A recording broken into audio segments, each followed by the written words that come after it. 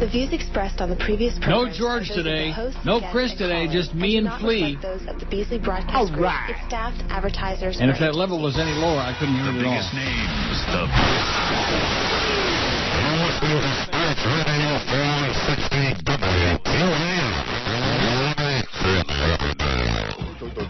560 WQAM presents The Neil Rogers Show. To talk to Neil, dial 567-0560 in Dade and Broward. In other counties, call toll-free 877-785-NEIL or pound 560 on your AT&T and Verizon wireless phones. The opinions expressed by Neil, his guests, or his callers do not represent those of WQAM management, staff, or sponsors. Now, The Neil Rogers Show on 560 WQAM. N-O-N-D-A-Y-S-U-C-K-S. Absolutely.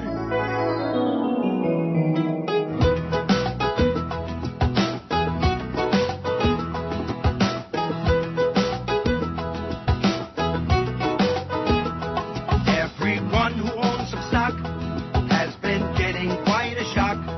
In the big financial world, down the drain the money swirl. It could almost make you sick. Sell that stock and sell it quick. Seems it's never gonna stop. Watch it do the Wall Street drop. Stock go lower now. Oi! Stock go lower now. Oi! How low can it go? When a corporation fails, someone ought to go to jail. But those CEOs in suits keep their golden parachutes. It's enough to make you sick. How they get away with this while all your investments flop. Watch them do the Wall Street drop. Stock go lower now. Stock go lower now. How low can it go? This economy's a joke. Everybody's going broke. Can't get credit or a loan. I think I will lose my home.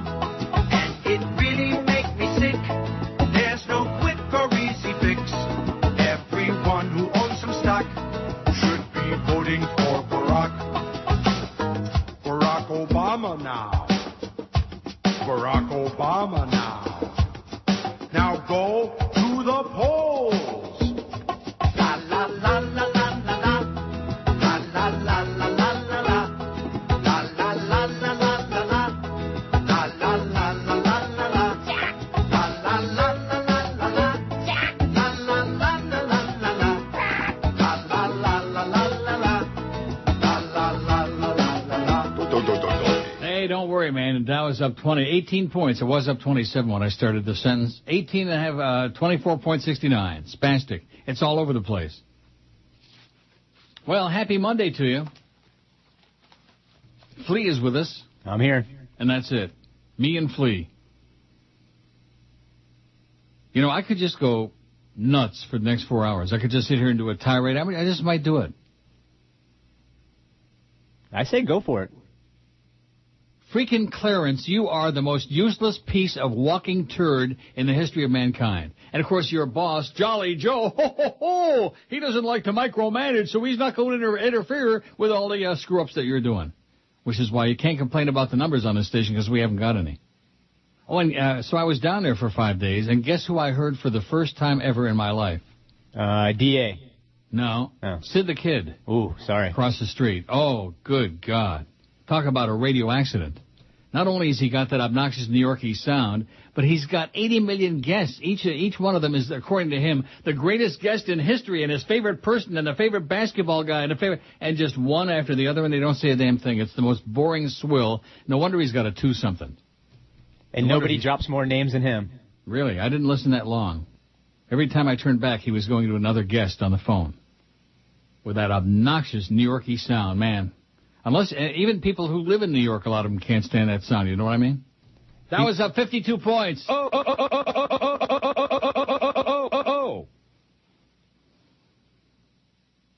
Yeah, this is just, and Fat Chris, I don't know if he's going to be listening. He's probably sound asleep, you know? You know how us fat people, we sleep a lot? I think he shouldn't come in tomorrow either. Okay. Or Wednesday. Or Thursday. And definitely not Friday. See, this is I had this out with him on the air before I went on vacation. Either he works on this show or he doesn't. It's not rocket science. He gets paid hourly, so the more additional hours he gets, since he's always crying poor mouth, oh, I haven't got any money, I'm making the more hours he gets, the more money he's going to make. Isn't that logical? Makes sense to me. Yeah. And George calls him or sent him a message last night, like George sent me a message last night also, that he said, if I'm as sick in the morning as I am right now, I won't be in tomorrow. Yada, yada, yada. And he sent the same message to Fat Chris. So does Fat Chris call anybody or make any effort to get his fat ass out of bed and come in this morning? No. If Flea weren't there, I'd be sitting here talking into a vacuum somewhere. Sure wouldn't even be on the air.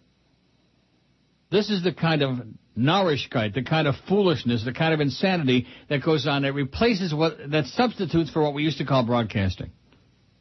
This is not a broadcast radio station. This is a joke. This is a disaster. This is what Jolly Joe Bell has done to this place, with the help, of course, of his little quizzling Clarence. Oh, well, I need Chris at the ball games. At the ball games. The ball games is what's important. That's what people listen to. No, it's not what they listen to. They watch it on TV for free. Did you listen to it on the radio? First of all, who would want to listen to Jimmy Syphilis? I heard some of that, too. Oh, my goodness. That was last weekend. I heard some of the Raven game. He's no Howard David. No, you know something? Can't say much for Mo, but at least you can say that. Jimmy Syphilis, not only is his work abortive, but the technical quality of the broadcast sounds like he's doing it from a broom closet. Get out of the closet, Jimmy. You fairy. Jesus Christ. What a disaster. There's no crowd noise. It's like, and Ronnie Brown just carried 4 yards to the 21 yard. It's just awful. Awful. Horrendous. Unacceptable is what it is. Let me say it again. Unacceptable. Although I forgot. Aren't we blessed down here? They both won this weekend. Canes and the Fish. By the way, thanks for beating Buffalo. Now New England's tied for first place. Aren't they 5-2? I do believe. Yes, they are. Don't ask me how. They doed it. Now, let's see. Speaking of, I've got a bunch of dead people, by the way. Not anybody all that important. But I got some dead people. Where the hell is that thing about the ball games, the Canes broadcast? I got one here. Oh, and also during the week that I was out, here it is. The week that I was on vacation, so there must have been 300-400 emails. Neil at neilrogers.com, that's our email address. 99.9% of which were garbage. Pure, unadulterated crap. That's right. Not anybody actually saying anything. And by the way, Sal Biondo, go away already, okay? I'm going to block you next time. Just go away. You send me just tons of garbage. Links to this and links to that and links. Even people who go to breakfast buffets never saw so many links as this guy sends me. Say something. Have something to say. Oh, let's see. Here's Jonathan. To Curtis DeBross. And it's just the same kind of crap. On and on. Why won't Obama release this guy? Just a bunch of right-wing sputum. If you want to send right-wing garbage, don't waste your time sending it to me. It'll be deleted immediately, if not sooner. Oh, my God. The swill that comes in on this thing. Maybe Joe Daggiola's got something to say. I'll print it out and see if he's got something to say. Anyway, getting back to the Canes broadcast. Now, here's one, Cindy McCain's hidden past. Oh, the stuff. Let's get the election over with already, okay, before anybody changes their mind. And some people are going to, I'm sure, somebody went through the effort of making a YouTube video. Neil Rogers cost Obama the election, and why Neil Rogers didn't vote, and yada, yada. And the whole YouTube thing went on forever. Somebody put a hell of a lot of effort into that, although they must be psychic because I did not vote. That's why I did this poll today. If anybody thinks that I'm going to stand in line for 3-4 hours to vote, you're out of your mind. And Brenda Snipes, when you go to vote, be sure to vote against Brenda. Broward Supervisor of Elections, vote against her ass. 17 polling locations in Broward County. Do you have any idea how big Broward County is? Flea? I'd say about maybe a million people. About what? About 1 million? 1 million voters. Right. 17 locations, not nearly enough voting machines, and as a result, the news, all they keep showing on the news is everybody, oh my goodness, 3.5 hours online. It's not only in Broward County, it's all over the country, because even though they give you this song and a dance about, oh, it's your patriotic duty to vote, they make it almost impossible. They don't want you to vote. Here's Bert, who says, I had no idea your station had such taste. Well, you must not have been listening too long, Bert. Today I ran into the Wake Forest football game on the radio in your station. I found one of the most horrific, for real bad broadcast teams I've ever heard. Ever. It was painful to listen, especially when those two guys, your station employees, got excited over a play. Not sure which is which and who is who, but sounds like they took the two guys out of a frat house and animal house and put them in there. I'm guessing, no doubt, students working for free. What he's trying to say is, Joe Zagacki sucks, okay? I'm filing a complaint with you, who surely must have a better taste. Yeah, I got a lot to say about it, Bert. File a complaint with me, okay? File a formal complaint. Please help them recruit someone from the NHL to do better.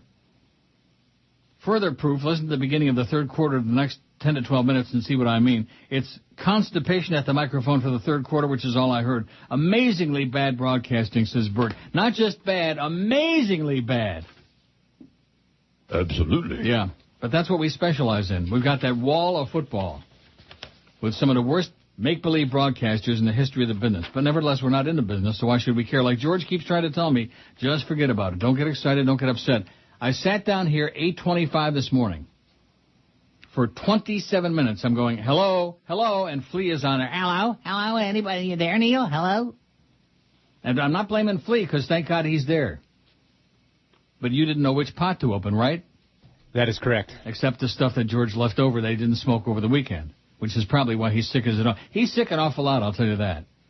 I'm not going to complain because he always covers my ass and fills in a lot. But, boy, he is sick a lot. Am I right? Yes. Too much cruising and the boozing and the losing and screwing and just, and more power to him.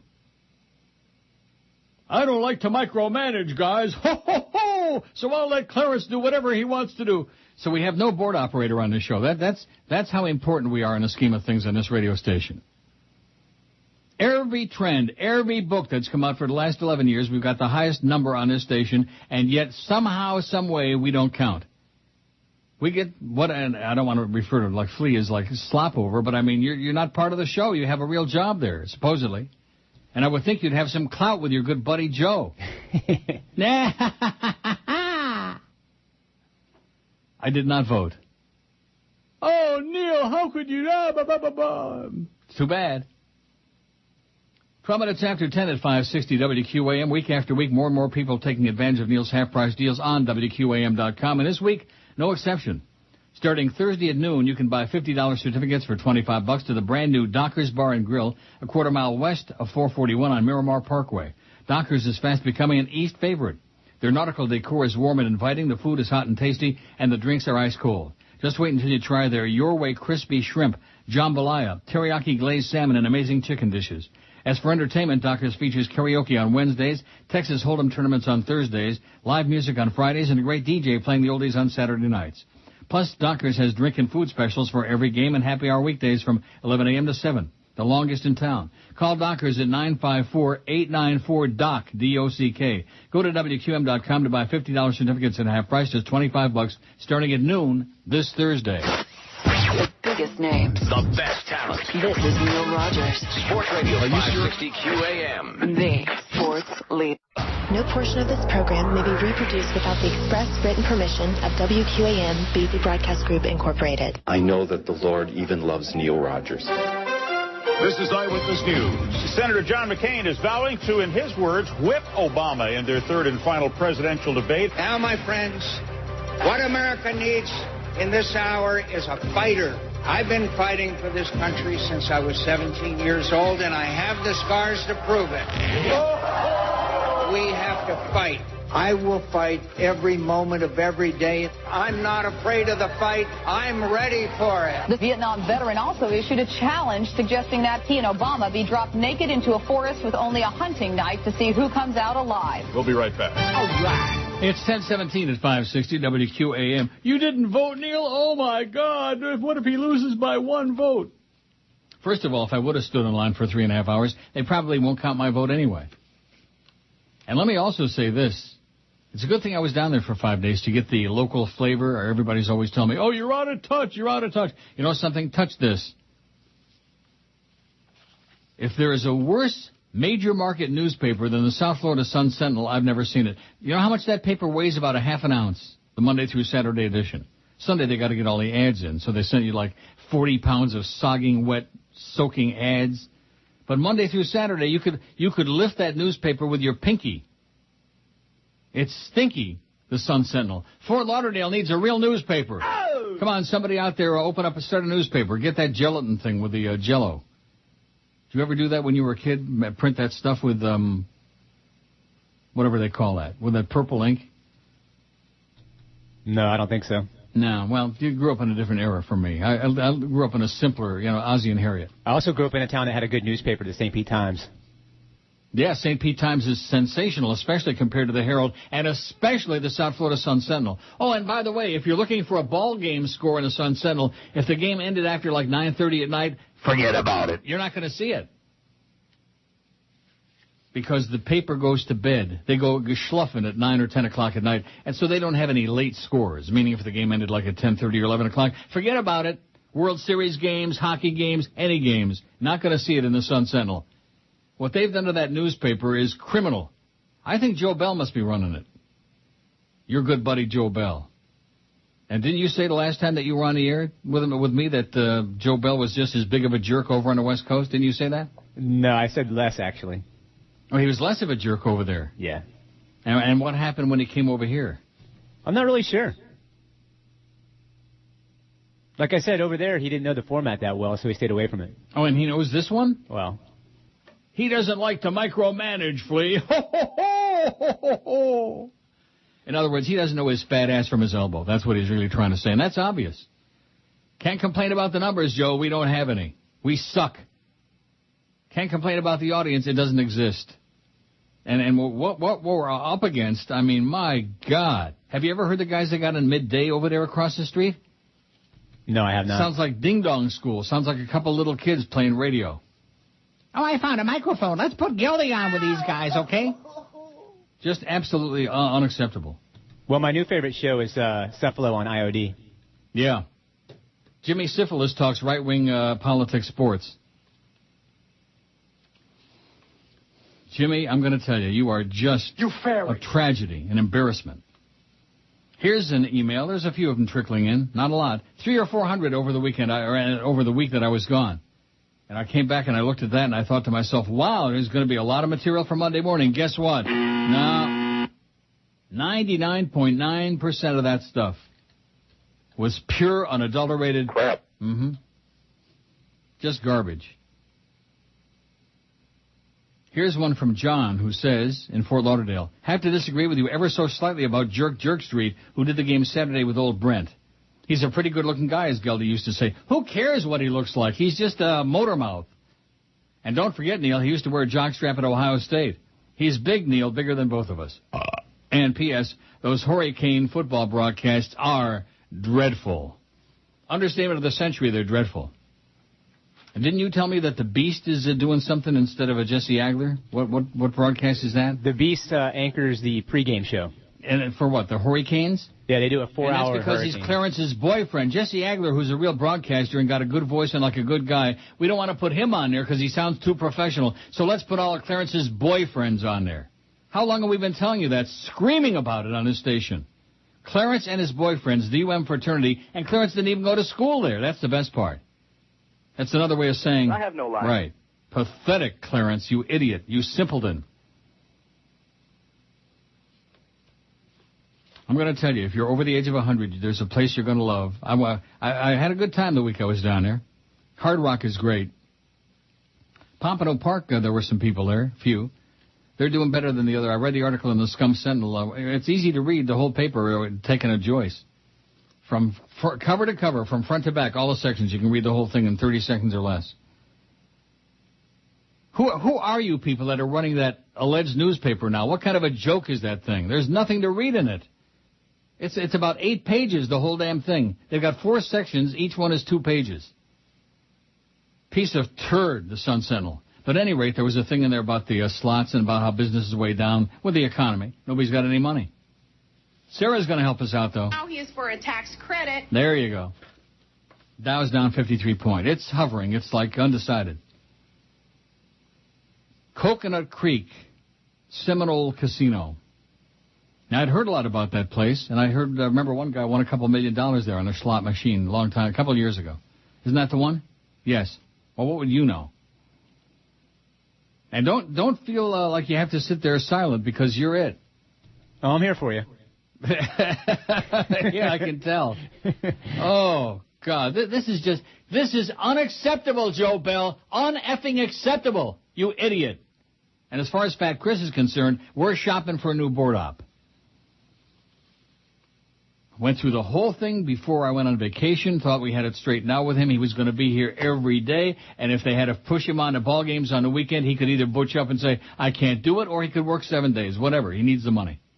Evidently, he doesn't need the money. Maybe his girlfriend is supporting him or something like that. I have no idea. You know how that goes. He lives with his mom, doesn't he? I don't know. Pretty sure he does. Well, what does that tell you? How old is he, 30-something? Yeah, like 32, I think. 32 lives with mommy because he ain't making any money. And he's got a chance to make, well, let's see, 4 times 350 is like $14 gross today. Couldn't get his fat ass out of bed and come in and do the job and be here for us with George's out sick. No, not Fat Chris. Bah, bah. We're shopping for a board op that's going to be there every day. Not one who's got mixed allegiances and who keeps showing up for the stupid ball games on the weekend because he's too much of a wuss. He's got the balls of a butterfly. Is what he's got. Anyway, Coconut Creek, that they have a breakfast, well, it's a buffet that goes on breakfast, lunch, dinner, till you're through puking your guts out. The worst swill in the history of the human, it's a buffet for old Jews with no teeth. And that casino, you could find broom closets bigger than that casino. We didn't stay there too long. I've never been there. Oh, God. Well, you're way too young. You'd be like the great-grandson of somebody who'd be at that place. So did they have Jell-O at the buffet? They had lots of Jell-O. They were nailing it to the wall.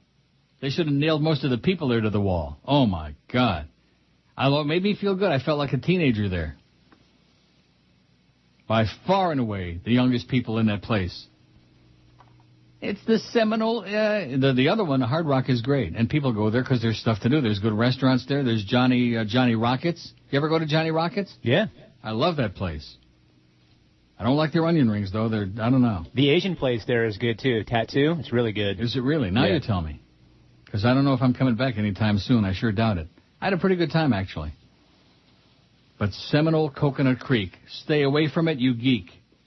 Speaking of old people, elderly South Florida duo uninjured after car plunges from second-floor garage. Driver mistook the gas pedal for the brake. Oh, yeah, that's South Florida for you.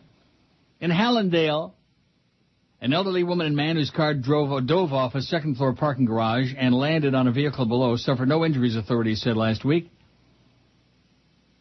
The incident happened about 10:30 last Monday, a week ago today, in a parking garage at 455 Golden Isles Drive, Fire Rescue Division Chief Richard Stover said. The female driver, 75, hit the gas instead of the brake as she tried to park, Hallandale Beach spokesman Andrew Casper said.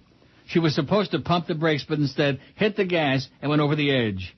A 78-year-old male passenger was also inside. The car, a red Mercury, burst through a retaining wall nose first. It struck a silver Toyota below it and stayed there braced, yet dangling about 20 feet from the second story. A neighbor called 911.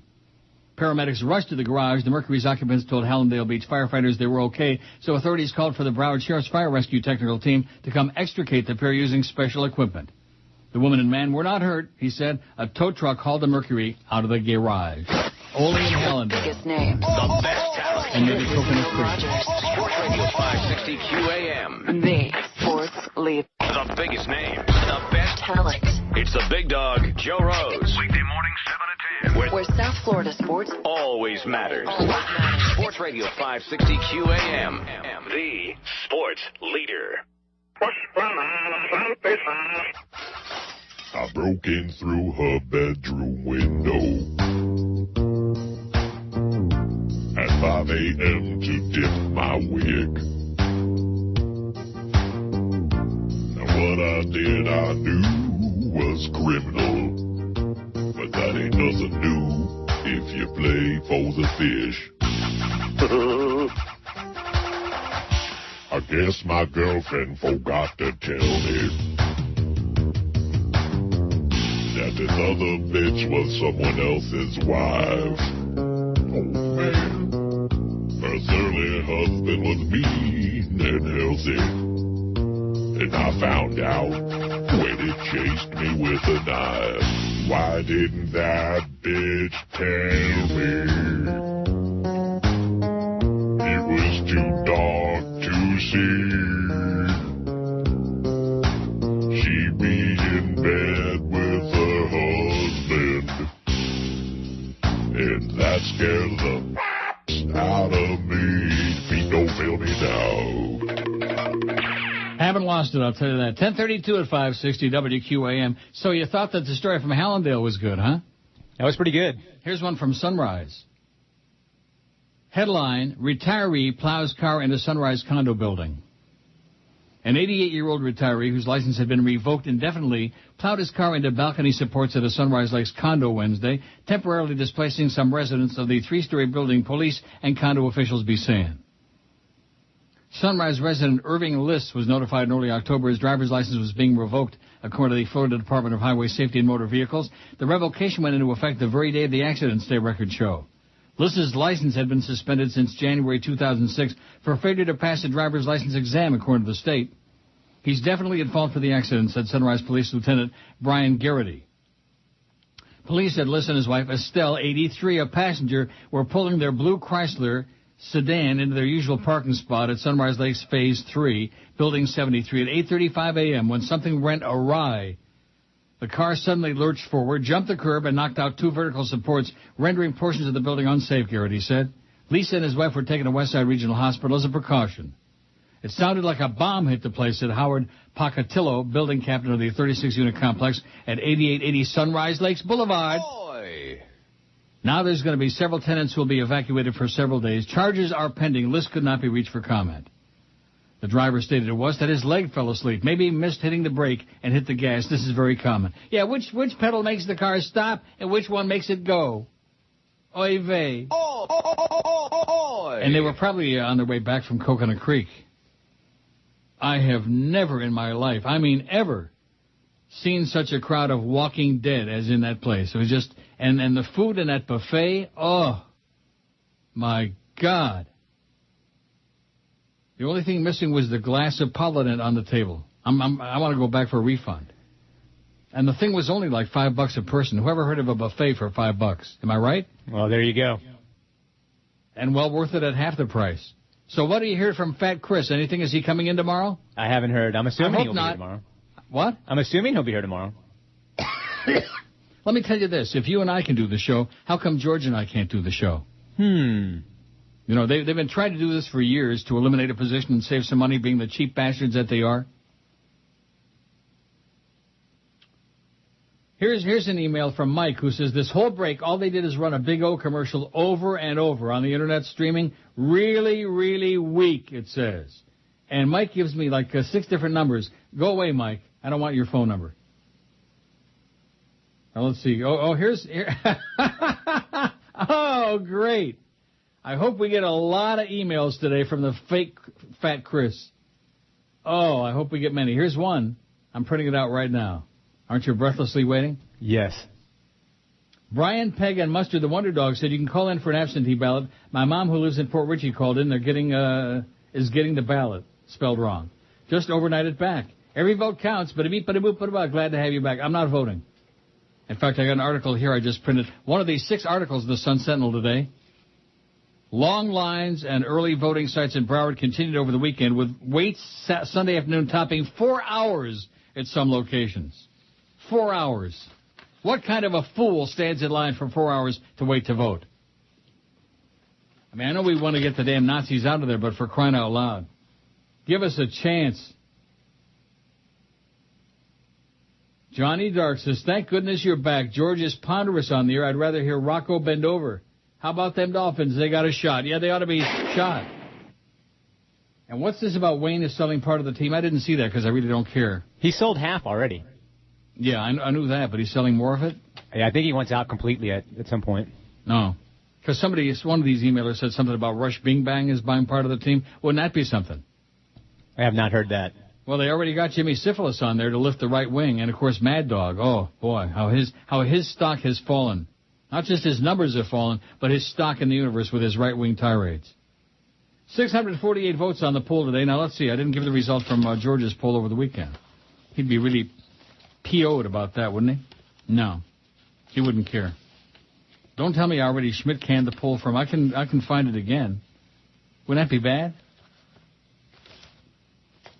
Wouldn't that be bad? That would be horrible. Oh, what are we going to do with Flea to give him? Here's the result of the poll. George's poll. 1,031 votes over the weekend. I don't understand why women like men who abuse them, 343. Ruining a good time, 65. Going to the bathroom together, 56. Nagging, 52. Nagging should have been near the top of the list. Nagging. I am a woman, so I understand it all, 45. Only 4.3% of the votes on here, women. Oprah, 43. Torturous shoes, 38. Overabundance of clothing or shoes, 30. Gay-looking guys, 30. About 30, man. Prison inmates, 28. Dr. Phil, 26. Stupid. Now, Rob Lowe to me always looked gay. But I can understand why the ladies like him. You know what I'm saying? Don't you think that Rob Lowe looked gay? Yes. But he's not. Well, not that we know of. He's making babies. He's doing the old in-out with somebody. Dr. Phil, 26. Stupid big sunglasses, 26. Depressing movies, 26. Other people's business, 25. Marathon phone calls, 22. Dancing with the Stars, 20. Noxious perfume, 18. Impractical things, 15. Shopping, 14. Weddings, 14. Magazines with 99% ads like the Sun Sentinel, 13. Soap operas, 11. Useless ornaments, 11. Clay Aiken, 10. Getting all moody after sex, 10. Slobs, 10. Hillary Clinton, 9. Michael Bolton, 8. Plastic plants, 6. Crying, 3. Vagina monologues, 2. And flowers, 2. Out of 1,031. You want to hear the one from the fake Fat Chris? Yes. Neil, I'm sorry that I wasn't at work on Friday. He wasn't here Friday? No, it was me and George on Friday. So how come he has to take 2 days off now? I don't know. Oh, you just sent me over the edge, mister. Let me tell you right now. Don't come in tomorrow, Fat Chris. Go work on some other show, you turd. You big fat lump of turd. Anyway, he says, I'm sorry I wasn't at work Friday or today. I'm getting too fat to roll myself out of bed. Sunday, I went to Taco Bell to celebrate the Dolphins' victory and gorged myself. I had 3 chalupas, 2 volcano tacos, 2 grilled stuffed burritos, and a nachos with cheese. Wow, he's cutting back. I washed this down with some Cold Stone Creamery. Please help me, Neil. I'm a fat, stinky, lazy, ugly, pathetic excuse for a human. I have an appointment tomorrow to see the doctor about getting my stomach stapled. Please don't make fun of me today, Neil. I'm listening to the show and don't want to be offended. Love you, Fat Chris. I think whoever writes these phony Fat Chris, let's put him on the board. At least maybe he'll show up once in a while. The biggest names. The best talent. This is Neil Rogers. Sports Radio 560 QAM. The sports leader. The biggest names. The best talent. It's the Mad Dog, Jim Mandich. Afternoons, 4 to 7. Sports Radio 560 QAM. The sports leader. This station stands for nothing. Tonight, it's a new Are You Smarter Than a Fifth Grader? Tonight on Are You Smarter Than a Fifth Grader? The mother of all contestants. Our family has the same ups and downs as any other, the same challenges and the same joys. Sometimes even the greatest joys bring challenge. The first ever westbound Pony Express delivery started in Missouri and ended in what U.S. state? The great state of Alaska. Not smarter than a fifth grader. Which of the following is a country in Africa? Albania, Argentina, Algeria. Canada, Mexico, and then, that trip that was a trip of a lifetime. And we've got to keep an eye on Russia. No. Not smarter than a fifth grader. They're our next door neighbors, and you can actually see Russia from land here in Alaska. I am so sorry. Not smarter than a fifth grader. The Dow's down 83. No reason to panic yet today. Yet being the operative term. 669 votes on our current poll. We should add I vote absentee on here, but you don't know how to do that, do you? No, I can do that. You can't. You can? Yeah, I can do that. Now, I don't want to save these people any money, and I certainly don't want to get Fat Chris fired. Why wasn't he there on Friday? I'm not really sure. He just asked me to fill in. I was on the schedule, I think. I mean, I wish I could give you a better answer. It's just, I don't know. Friday and Monday. I mean, what's the point? If you don't want to be on the show, Fat Chris, just let us know, okay? Just send me a text message. Just send a text to Flea and say, I quit. I want on the ball games. I want to be on Clarence's best side, so I'll stick with the ball games or some crap like that. Yeah, add on the poll, I vote absentee. Okay? Adding it right now. Somebody chastised me. No, what I was thinking during the break is the reason that we used to need 3 people to do this show is somebody needs to sit in a big studio where I used to sit, where George sits, and send the faxes, and be listening to the show all the time. Yeah, you could make a couple of minor changes in this room, and it would be pretty simple. Basically, just fire the audio vault from that room, and you're done. Right. Pretty simple. If it sounds like we're trying to get rid of Chris's job, you're right. 672 votes on this poll today. Would you wait in line for several hours to vote? Yes, it's too important not to vote. 343. All right, better you than me. No effing way, 207. That's what I voted, and I didn't do it. I won't. Already did 122 hardy souls who did their patriotic duty, who are brainwashed enough to believe that this is the way voting is supposed to take place. 17 places to vote in Broward County, 17 locations. And they have about as many machines at the polling locations, so I'm told, as they have pages in the Sun Sentinel. Well, what happened to that paper? You probably live in Dade, don't you? Yeah, I live in Aventura. Oh, my God. So you don't get the Sun Sentinel. Do you ever see it? It used to be a pretty decent newspaper. Not great, but certainly better than the Herald. Now you can't grade the quality of it because there is no newspaper. There is no Sun Sentinel. It weighs 1/10 of an ounce. You could use it for toilet paper if the ink didn't run. Barry says, and Barry was so emphatic with this that he felt he had to send it twice, says, thank God you are back. George did it again. He had 5 unlistenable shows. I don't know how he does it. It's hard to be that bad all the time. That's what Barry says. Hey, Barry. You fairy. Quit picking on little George. He's sick today. He's always sick. He's out sick, and Fat Chris, he's busy eating and sleeping because he's got to do the ball games. The ball games. That's what counts on QM, the ball games that everybody watches for free on TV, those ball games. And believe me, with the people we got doing the games, who could blame them? Even Flea agrees with that. Yes. Horrendous, grotesque, unacceptable, unbelievable. Flea says, here's a fax from the fake Flea. Don't you feel honored? All right. Says, hey, Neil, I really hate Fat Chris.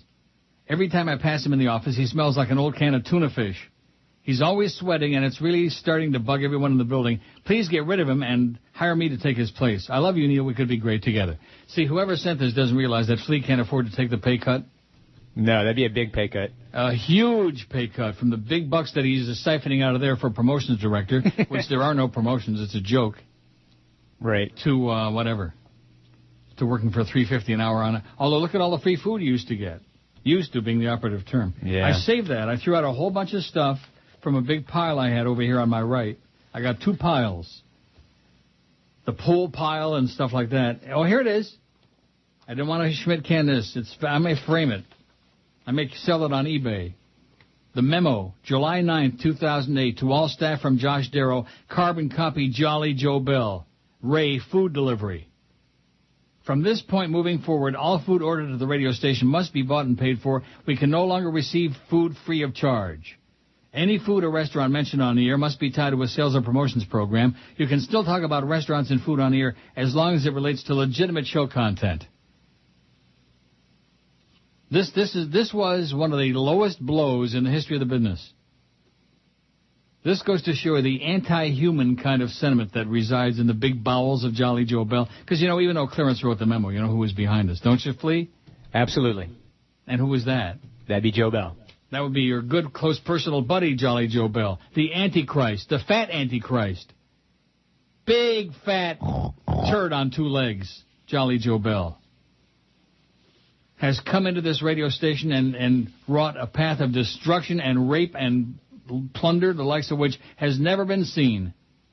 Destroyed everything that this place used to be. I bet you Greg Reed is laughing up his ass, you know it? Somewhere, wherever he's hanging out. Do we know where he is? He's still down here. P.D. Lenny, Mr. Walking Comedy Act, was in there this morning before the show, bitching and moaning and bellyaching and carrying on. You wouldn't believe it. He said he'd rather be dead than work for these bastards. Isn't that what he said? I think those were his exact words. Those were the exact words, P.D. Lenny. He said, I'd rather croak than work for bastards like these. They should only, he said, hub 'em and dreared. Long lines at early voting sites in Broward continued over the weekend, with wait Sunday afternoon topping 4 hours at some locations. Boy, you got to really be dedicated or have no life, or both. Charlie Reed, 50, of Fort Lauderdale, said he tried to vote twice during the week, but left each time after realizing he'd have to wait in line for hours.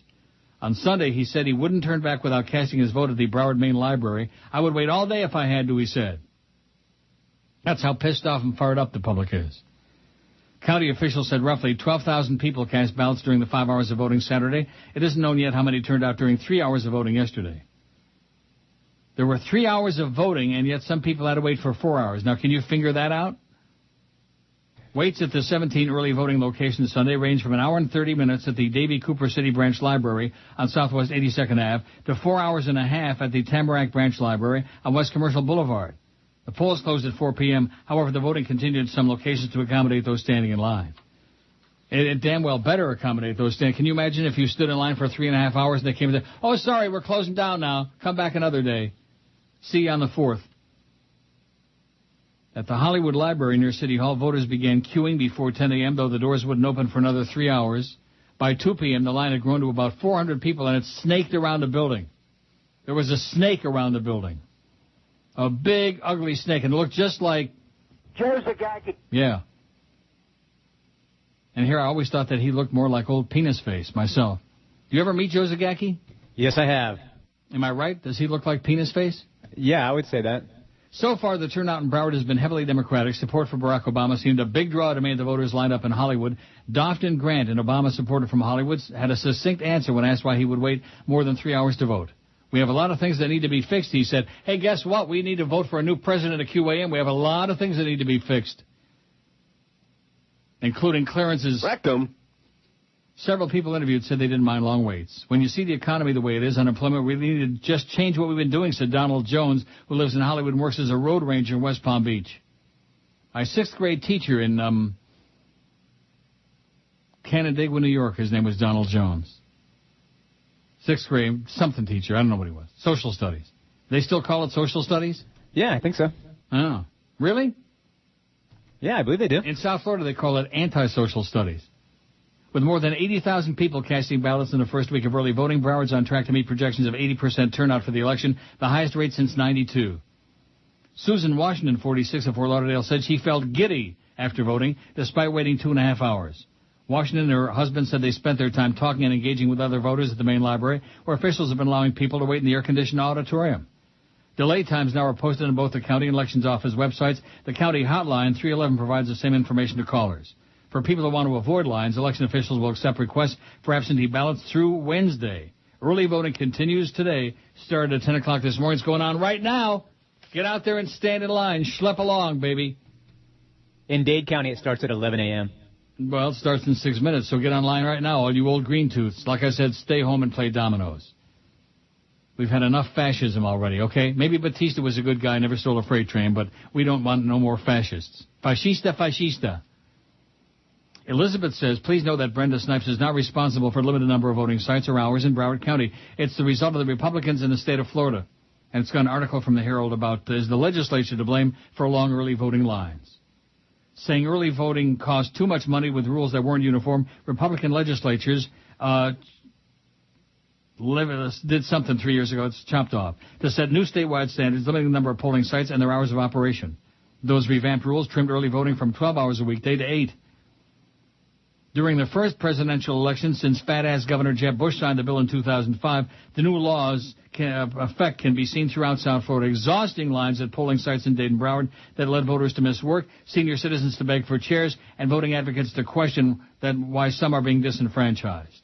You bet your sweet ass, baby. I'd have gone over there and voted at the library and plantation, but guess what?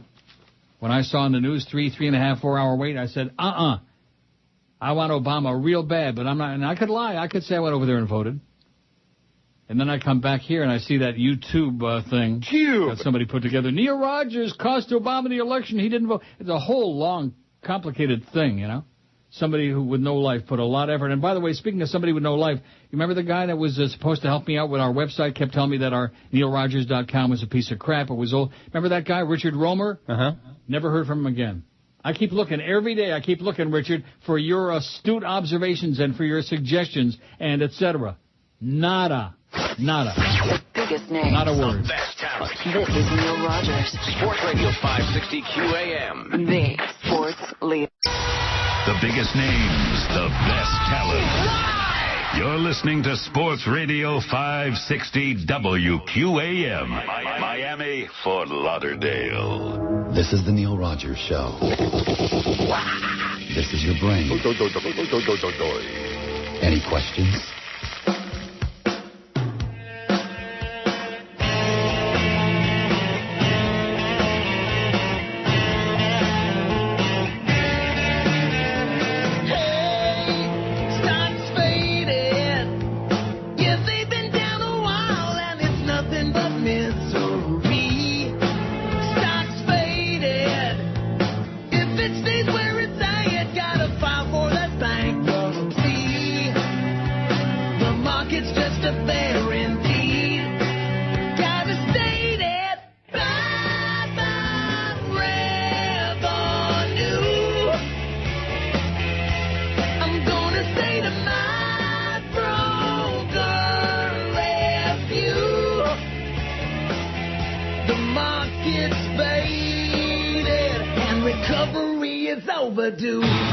Don't worry, Joe the plumber's on the way.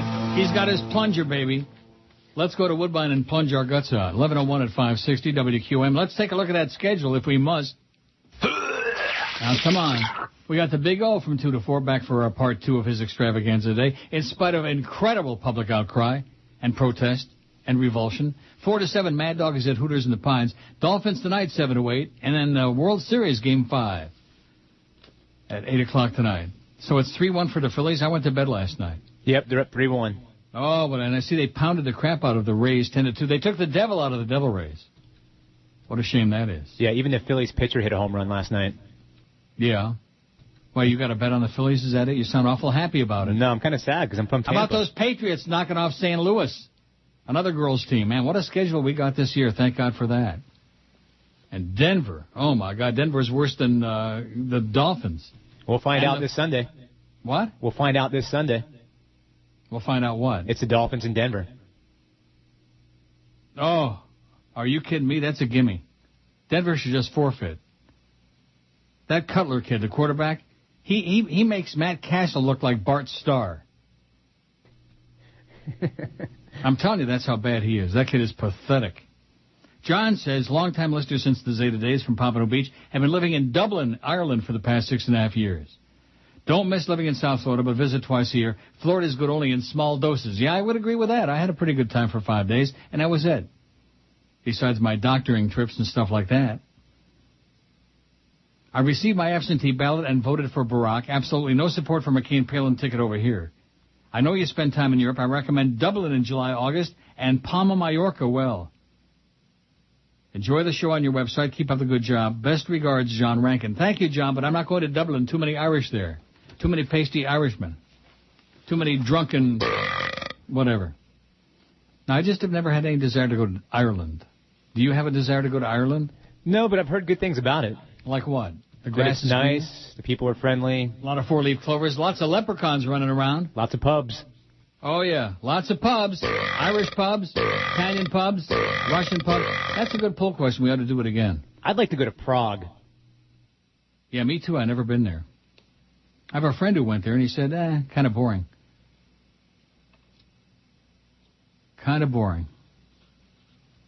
Now, you interrupted me just when I was in the middle of some fantastic thought there about Ireland. Sorry. That's okay. Just keep babbling. So what do you think? We eliminate the position? Because I know they'd go for that in a heartbeat. Yeah, I think they've already cut it out of the budget. Sorry, Chris. That 2 cents an hour we were paying you, we can't afford it. We got to buy a few staples now. Maybe some office supplies. What a cheap, fat bastard, that Jolly Joe Bell. What a turd, man. He is the absolute if you look up fat, nasty turd in the dictionary, you'll see his picture there. Jolly Joe Bell. Rhymes with hell, and sure ain't swell. Wouldn't mind it over the weekend if he fell, like on his ass, broke his neck. Shirley says, if you change your mind, the lines in Hallandale are shorter and they have chairs. Well, what does that mean? Like you can pick and choose where you're going to vote? Don't you have to vote in your wherever your name is registered? I would think so. Maybe it changes with the early voting, though. I don't know. Get out of here. I don't think so. I could be right. Well, and like I'm going to come back so I can go to Hallandale? You got to be kidding, Shirley. And they have chairs so you don't have to stand. I went the second day, waited for about an hour. When we drove past there yesterday, there were less cars in the parking lot. Please at least check it out. We can't let the fascists back in. Yeah, I'm going to fly back down there tomorrow, honey, and I'm going to vote in Hallandale. My guy said he wasn't waiting in line either, and I said I would hold my services until he votes. At our age, this means dropping off his vehicle for repairs. Oh, Shirley. Surely you're kidding. 717 on the survey. Ken from Etobicoke says, welcome back. Here's a concept for a poll, which needs to be wordsmithed by you, unless you've already done it. What a great Canadian word that is, wordsmithed. You think any American would use that expression, wordsmithed? Not down here. Oh, it's so Canucky, baby. When my time is up, I will probably die from... And then it's got a list. Murder, drowning, car crash, plane crash, military conflict, terrorist attack, old age, AIDS, stroke, heart attack, cancer, other disease, accident, eaten by a shark. That's a good poll. That's cute. And thank God, no emails from Sal Biondo today. Neil@neilrogers.com. That's where to send your emails when you have something to say. Not a link to some 50,000-page article that I don't have time to read, and certainly I'm not going to read on the air. The Dow's only down 30. Isn't that good? Good news. The Dow is down? About 30, man. 25. See, you can't even get the words. It's so spastic and, fluctuating so much. You can't even get the words out of your mouth. Larry says, Neil, did you see Gloria Estefan at the Hard Rock? No, thank God I did not. She's bigger than both of us. Also, I saw Zach at a pizza place eating this huge pizza. If he lost 50 pounds, he needs to drop another to 100 to 125. He is huge, says Larry. Is he still huge? He's lost about 40 pounds. And he's still huge. He's not small. Let me say it again. Is he huge? Yeah, he's big. Okay. Don't start playing like Fat Chris there now. You'll be next. He's smaller than Chris, though. Well, who the hell isn't? Beast. Well, we sure got a fat place, man. We got a fat farm at QAM. The only thing that's not fat are the ratings. Or the paychecks. Oh, well, speak for yourself. And mine shows up on time every payday, a couple days early every payday. I got that fat fart trained really well. Just give me the paycheck. That's all that counts. And he does. It's all he's good for, getting you paid early. And, of course, with this company, that's all that counts, getting paid. Oh, no, you're wrong, Neil. We're going to change the world here on QAM. Oh, yeah. And then we've had about 5,000 people send me this article. Wayne wants to sell before Obama raises taxes. Picking up the right-wing mantle where Joe Robbie left off, that good Republican Joe Robbie. Dolphins owner H. Wayne Huizenga said yesterday, no date's been set for selling up to 45% more of the team to Stephen Ross, but the presidential election's among the issues weighing on his decision. That's because an Obama administration is expected to mean higher capital gains taxes. Oh, my God. He wants to double the capital gains tax, almost double it, Huizenga said. I'd rather give it to charity than give it to him. Yeah, that's right. All the extra tax money that the wealthy are going to be paying, it's going to go to him. Ross purchased 50% of the team in Dolphin Stadium for $550 million earlier this year with intention to eventually become majority owner. If you do it this year or you do it next year, the difference is humongous because of the taxes, Heisinger said. So writes Sarah Talalay in the Miami Herald. And that's sent to us by the unctuous Rich Pachter. Good thing George is out sick today. Maybe that's why he is sick. Now, did he know that Chris was not going to... See, I want you to try to explain to me. I don't want to put a burden on you, but how is it that Chris was out Friday and today? I mean, that's a good question. I was scheduled to work for him today, and I think that George did not know that or wasn't aware of that. And I can't tell you about Friday. I'm not sure how that all happened. I know it sounds retarded. I have no other better explanation for you. Tomorrow. Were you telling me about the great calls George had all last week? I thought George's show was okay last week. I'm not looking to knock it. Do you think I'm going to knock George's show, even though he might deserve it? And he did take some calls. And? Yeah, they were okay. So there you go. I'm your friend. Well, friends. Same person, Prozac Ron and John McCain. They're both Mavericks. The fake Johnny Dark says Joe Zagacki and Don Bailey Jr. and the Beast are the worst. The worst. Absolutely. Whatever happened to Mark Vandermeer? He's great. He was great. He was too good for this market. Is Joe Z Sonny Hirsch's stepson? Speaking of Sonny, whatever happened to Sonny from the market? It's funny whoever this is should mention that, because George was talking about that the day before I went on vacation. Sonny from the market. Fell on hard times. Lost it all. Lost it all. Like Sonny would say, we're not here for a long time, just for a good time. Well, neither one in your case, Sonny. He was a good guy, too. But he evidently fell on hard times. I haven't even got to the dead people yet. It's already 10 after 11. I'm getting way past my time. It's okay. It's what we're here for. We're not here to entertain. We're here to kill 4 hours in a very monotonous terminal pond. And by the way, thanks for the crappy weather while I was down there. In fact, I look out the window here right now, in case Castronova is listening, and it's murky. It looks just like South Florida. It's, many degrees colder. And it was warm, but it was like murky and raining and nasty. I think I saw the sun the first day, and that was the end. Oh, it's 5. It's like 42 degrees here. Whoa. Not too toasty. And murky. And I think a few snow flurries overnight. How can that be? It's only October. Now, when does daylight time end? Didn't they push that back into November sometime? I'm not really sure. I can look it up, though. Well, let's look it up. Let's find out what Sunday we turn the clocks fall back, spring ahead. We turn them back. So that even though it gets dark now at 5:30, it'll be 4:30 and just as dark once we turn the clocks back. Fall back, spring ahead. How sad. Michael says, welcome back, Neil. Do you still think it's not close enough to steal? It's never, ever not too close to steal. As evidenced by your stories on long voting lines in Broward, the voter suppression is amazing. How can this go on in 2008? It's Zion America, Michael. That's why. You should know that by now. I'm very nervous. I need your reassurances, Neil. Please tell me it's going to be okay. Okay? As Dennis James would say, okay? Okay. He was good, Dennis James. He was an old smoothie, you know? Well, not that kind of smoothie. But nevertheless. By the way, how about that Frankie Dettori on Saturday? The Humper picked a phenomenal exacta there. Did you see that? No, I did not. He sure looked a lot better on TV than he did in person that night. I had dinner with him a couple weeks ago. Boy, they must use a lot of makeup on the Humper. Wow. And who else did I see on TV? There was Hank. And there was some other. It'll come to me. When you get old and feeble like me, it takes a long time to get your brain unscrambled. 725 votes on the poll. Would you wait in line for several hours to vote? Yes, it's too important not to vote. 363. No effing way, 218. Already did, 132. I vote absentee, 12. The biggest names. The best talent. This is Neil Rogers. Sports Radio 560 QAM. The sports leader. The sports leader? Sports leader. Greg hates you. Hailing Ford from Alaska. Hailing Ford. What a disaster you are, Clarence, you idiot. From Alaska, married to an Eskimo. You fairy. Ford from Alaska, a hockey mopping boat. Sarah stumbled through some colleges after leaving Idaho. She met a guy named Todd, who's a drunken Eskimo. She modeled in her bathing suit in a local beauty show. Then she got a gig in the media, broadcasting for sport holes. She ran to be the mayor in a town of 52. then became the governor of a state where the girls are few. She kept the money for the earmarks that she got approved.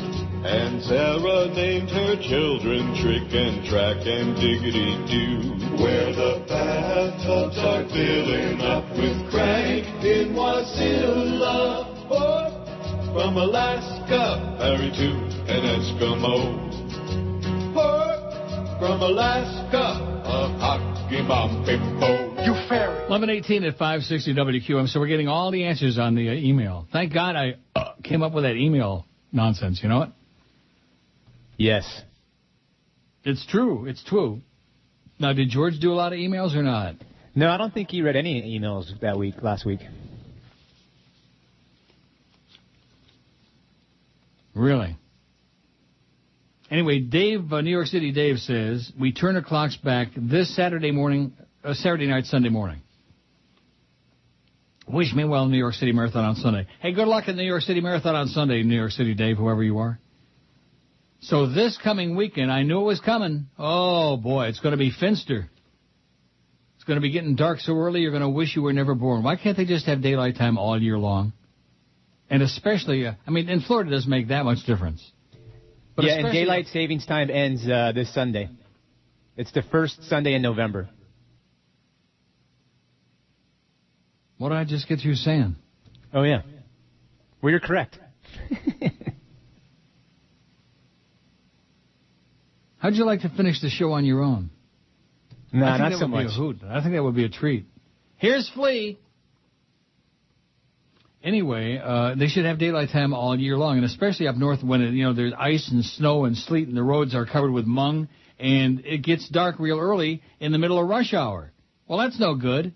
What kind of communist crap is that? Oh, speaking of communists, there you go, Mel Martinez. What would you expect from your right-wing state of Florida senator? What a jerk. Comunista, comunista. I knew it wouldn't take long before him and his ilk would bring that crap. Comunista. First it was socialist, now we've moved to communist. All depending on how desperate they are. The desperation meter just keeps getting higher and higher, and election day's a week from mañana. Now, here's the clarification on this. See, I was confused on that. I thought you had to vote in your precinct, which on election day you do. But for early voting, you can vote at any early voting location in your county. So thanks to the 80 people who sent me that. Did you know that? No, I didn't. On election day, if you vote on election day, you have to vote at your precinct. But on early voting, you can vote anywhere in your county.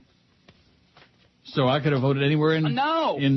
That's it, but I'm still not standing in line. In fact, Rodney says, I can't understand why you criticize people for waiting in long lines to vote. I waited almost 3 hours last week to cast my vote for Obama. The election isn't in the bag. If people decide they can't wait in long lines, then so be it.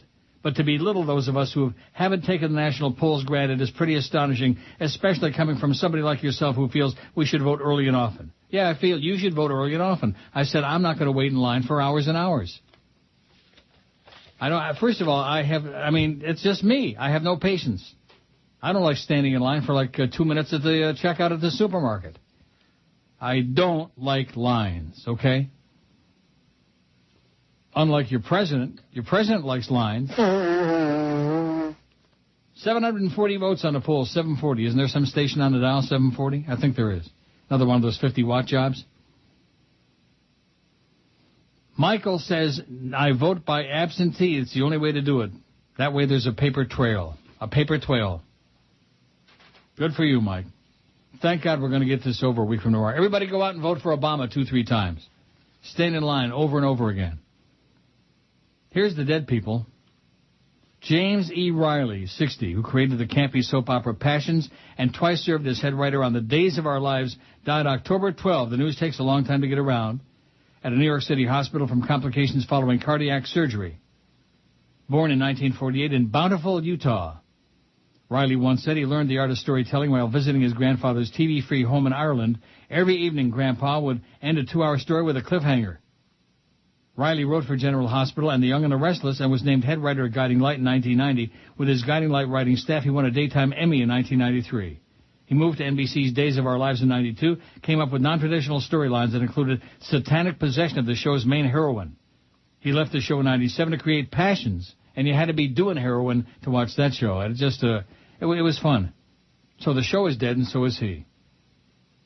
Don't you think there's something symbolic about that? Indeed.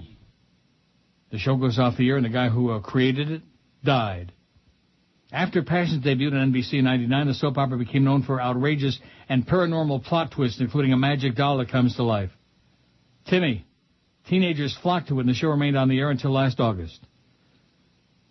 From 2003 to 6, Riley was head writer for Days of Our Lives and Passions. At the time, he calculated he was responsible for filling 500 hours of TV a year. Wow. The Passions guy is dead, and so is the show, and so is Timmy. Adult film director dies in Southwest Florida. He directed one of the highest grossing, most talked about films in movie history, Deep Throat. Then Gerard Damiano lived out his final years in Fort Myers quietly, enjoying theater, attending art openings, appearing at charitable events, and reveling especially in the accomplishments of his 2 children. Damiano died Saturday of complications following a stroke. He was 80. Damiano's 72 blockbuster, Deep Throat, was the first mass-market audience adult movie. Polarizing and controversial, Deep Throat was banned in 23 states, yet embraced by a nation in the throes of sexual revolution. In 1973, reviewer Roger Ebert wrote it became pornographic chic in New York. This is the first stag film to see with a date. The film grossed $600 million, more than any adult film before or since, according to the 2005 documentary Inside Deep Throat, which chronicles the effect Damiano's film had on U.S. culture. Inside Deep Throat made it plain that an industry known for toxic exploitation, Damiano was a different sort of director. I was just a nice guy, which is why I think I did pretty well, he told the New York Press in 2005. I mean, I'd meet an actress and say, sit down, you take your clothes off. I'm going to ask you to do some nasty things. You'd have to be pretty nice. His many warm, enduring friendships with others in the industry attest to that. When he turned 80 in August, adult stars from around the country flew in for the surprise celebration. One of those was Georgina Spelvin, star of The Devil in Miss Jones, who wrote afterwards in her online blog, his former wife and still good friend Babwa, their daughter Christar, and their son G-Rock threw the best birthday bash I've seen since my Italian mother-in-law's 90th. When the lights came up, we all yelled, "Surprise!" I feared my favorite director was going to bolt. He later said, I haven't been that surprised since I was arrested. He just couldn't believe his loving former performers and pals had traveled from New York and California just to nuzzle and hug and kiss him to pieces. California. Where did I see the governor the other day? Was it at a ball game? Somewhere. The Terminator? I haven't seen him. No, he was waddling into someplace. I forget where the hell it was. He can't even pronounce the state he's governor of. California. Like I told you, when he got elected governor of California, that was the beginning of the end of the human race. The biggest name. That was it. The best talent. That was like when Jolly Joe Bell came to QAM. 560 QAM. The sports lead. Howard from Boca. This is an ABC News special report. Good evening and welcome to the third and last presidential debate. We welcome Barack Obama and John McCain. Gentlemen, welcome. Let's get to it. Senator McCain, why is your plan better than his? Well, I am convinced we need to do a lot of things, but I want to give every American gold-plated Cadillac, cosmetic surgery, and transplants, and all of those kinds of things. That, I think, is a mistake, and we've got to do drugs. All right. I want to ask both of you about the people that you're going to bring into the government. Senator Obama. On economic policy, I associate with Warren Buffett and former Fed Chairman Paul Volcker. Senator McCain. My old buddy Joe the plumber's out there. And Joe the plumber. All right, let's go to another topic. Joe the plumber. Senator McCain's losing his bearings. Senator Obama. Completely true. Erratic, out of touch, angry. Yes. That to me was so hurtful.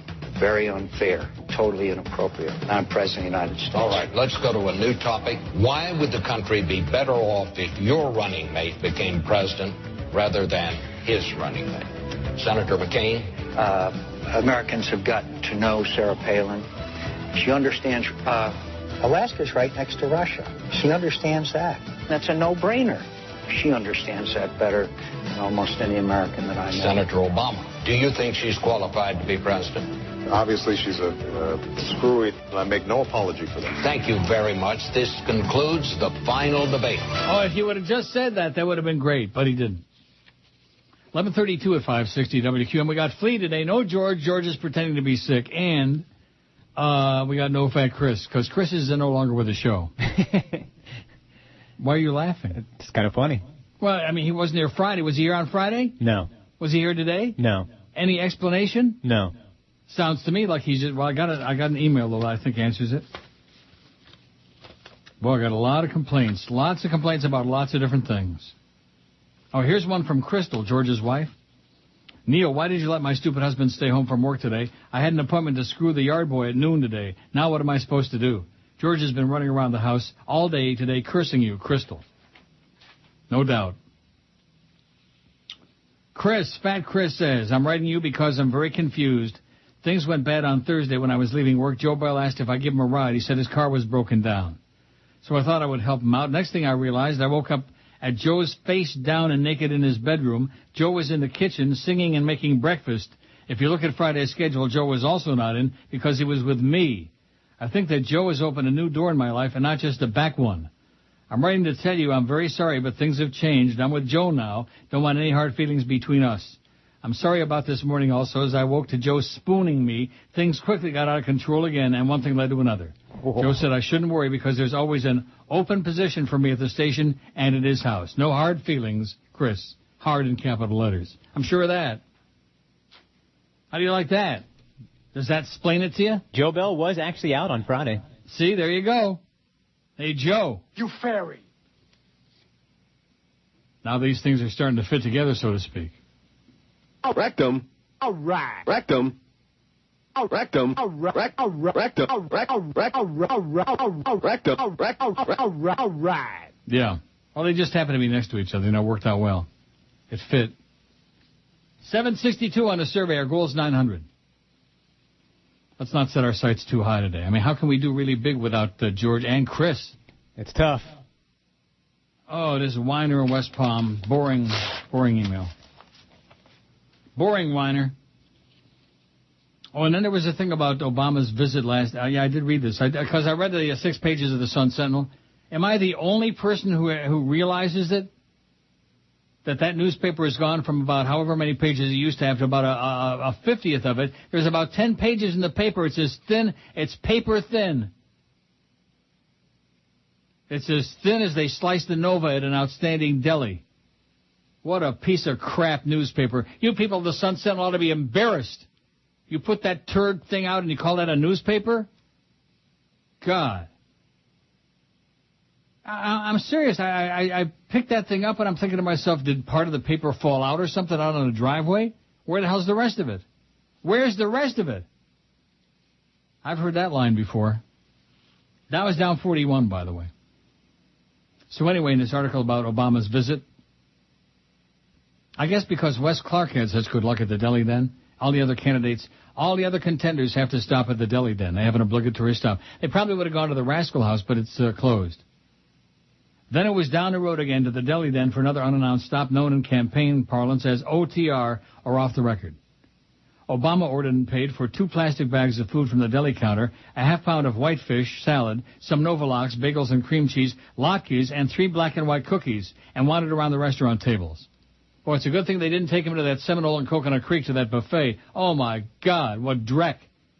As he worked the unruly rope line that formed outside, security again jostled with the pulsing crowd. One man, his face incredulous, yelled into a phone, "Yes, I'm only 5 feet away from him." Probably with an accent like that. He went, "Fay." The deli den. That puts all the candidates over the top. Let's pander to the Jews now. Let's eat a lot of deli. Let's get some of them little potato latkes from Corky's. Now, is the last Corky's closed, I do believe? I believe so. Oh, no.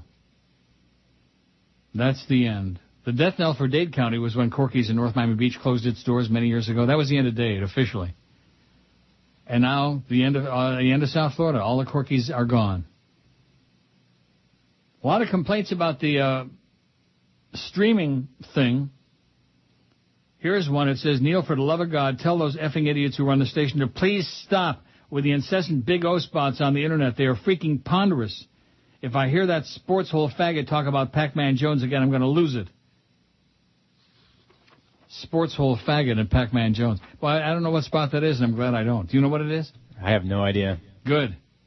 You'll live a lot longer that way. Rock solid. Uh-huh. course, they don't care about the Internet streaming. I mean, if they don't care what's on the air, why would they care about what's on the Internet, right? True. Here's another dead guy. Author Tony Hillerman dies at 83. Never heard of him. Did you? Nope. Tony Hillerman, author of the acclaimed Navajo Tribal Police mystery novels and creator of two of the unlikeliest of literary heroes, Navajo police officers Joe Leaphorn and Jim Chee, died yesterday of pulmonary failure. He was 83. That's old enough. Hillerman's daughter, Ann Hillerman, said her father's health had been declining the last couple of years. He was at Presbyterian Hospital in Albuquerque when he died about 3 o'clock yesterday afternoon. Maybe it was in the middle of that Dolphin-Bills game.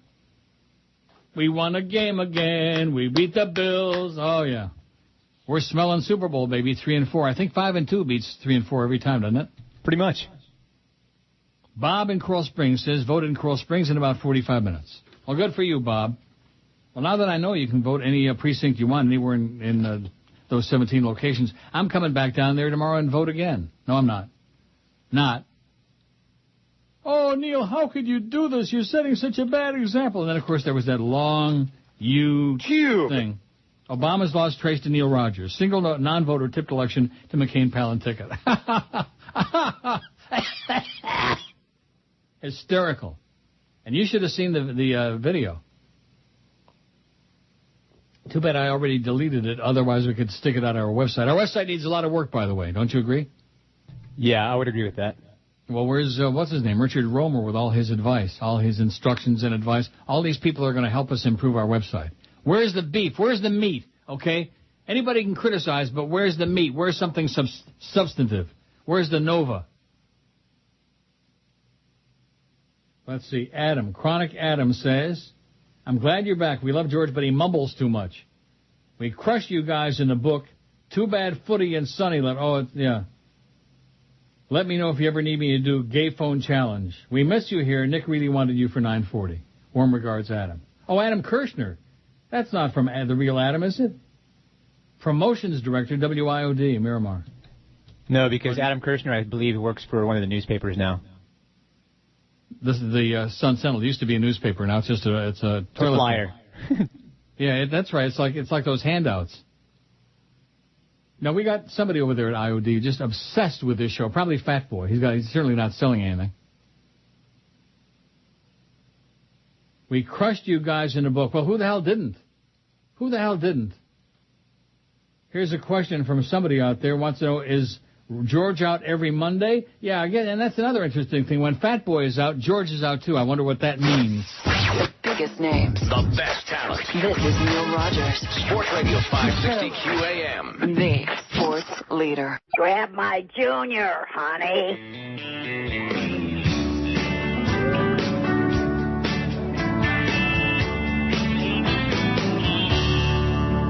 We got G-men, we got trannies, girls and closet fairies. They wear high heels and short skirts so you can sneak a peek at their panties. And some are dressed up like a porno movie star.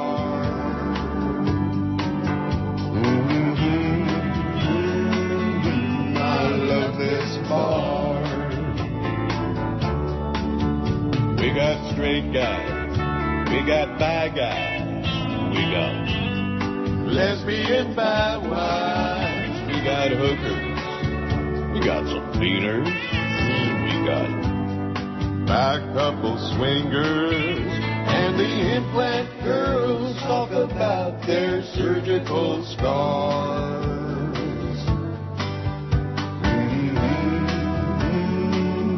I love this bar. I love this bar. A wild kind of place. Just what you see walking through the parking lot will put a big smile on your face. Don't park too far. Be sure to lock your car.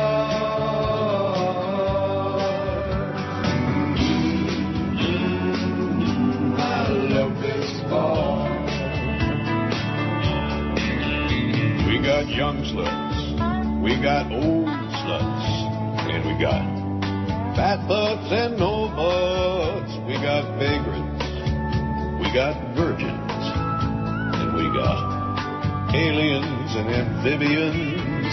But most guys come right here where the trannies are.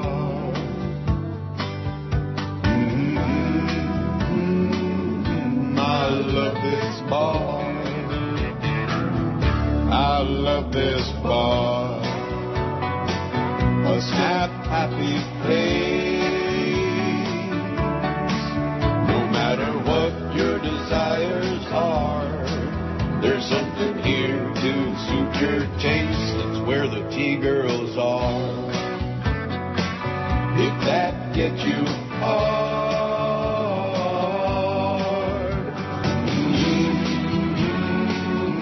I love this bar.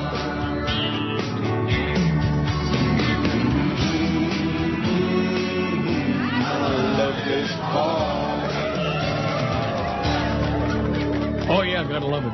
11:47, 13 till noon at 560 WQAM. Adam Osmak, who I believe is the Adam in Ontario somewhere, up the road, down the pike. Are you still there, Flea? Oh, yeah, I'm here. Okay.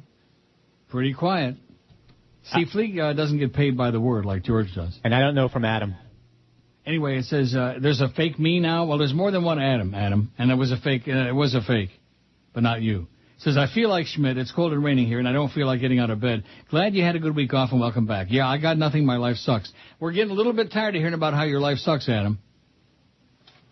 Aren't you getting tired of it? I am. Now, Frank says, while Corky's technically does not exist, I believe Jerry's Famous Deli in South Beach has a sign that says Corky's. If you look at it, it says open 24 hours, and you can see old Pumpernicks and Wolfie signs. So what does that mean? I don't even think that's there anymore either. What, Jerry's Famous Deli? The signs or anything. I think it's all torn down. The whole place or just the signs? The building's still there, but they ripped all the front off and redid it. It's got a picture of it here. It's got all these people crowded around there. Yeah, that must be an old photo. Yeah. Okay. There's Moe's Bagels in Aventura. It's pretty good. Yeah. And the Bagel Cove, too, is pretty decent. You know what? It is so boiling hot in here. I don't have the heat. Well, I got the baseboard heating on. But one thing about this building, when they turn the building heat on from October till like the end of the winter, like in July, it's just suffocating. You know what I mean? Not really. Now, I could wait. Well, I don't care whether you know it or not. What I'm going to do is, I guess I'll wait till the break. I'm going to crack a window open here, let some air in. It's just boiling in here. You could boil an egg on the counter here. Or maybe fry Fat Chris's brains if you could find them. What are we going to do about him, about that tub of lard? I thought you fired him already. No? Like I've got the authority to fire him? Like all these people say, when are you going to do something about the internet stream? When are you going to do like we have some authority to do something?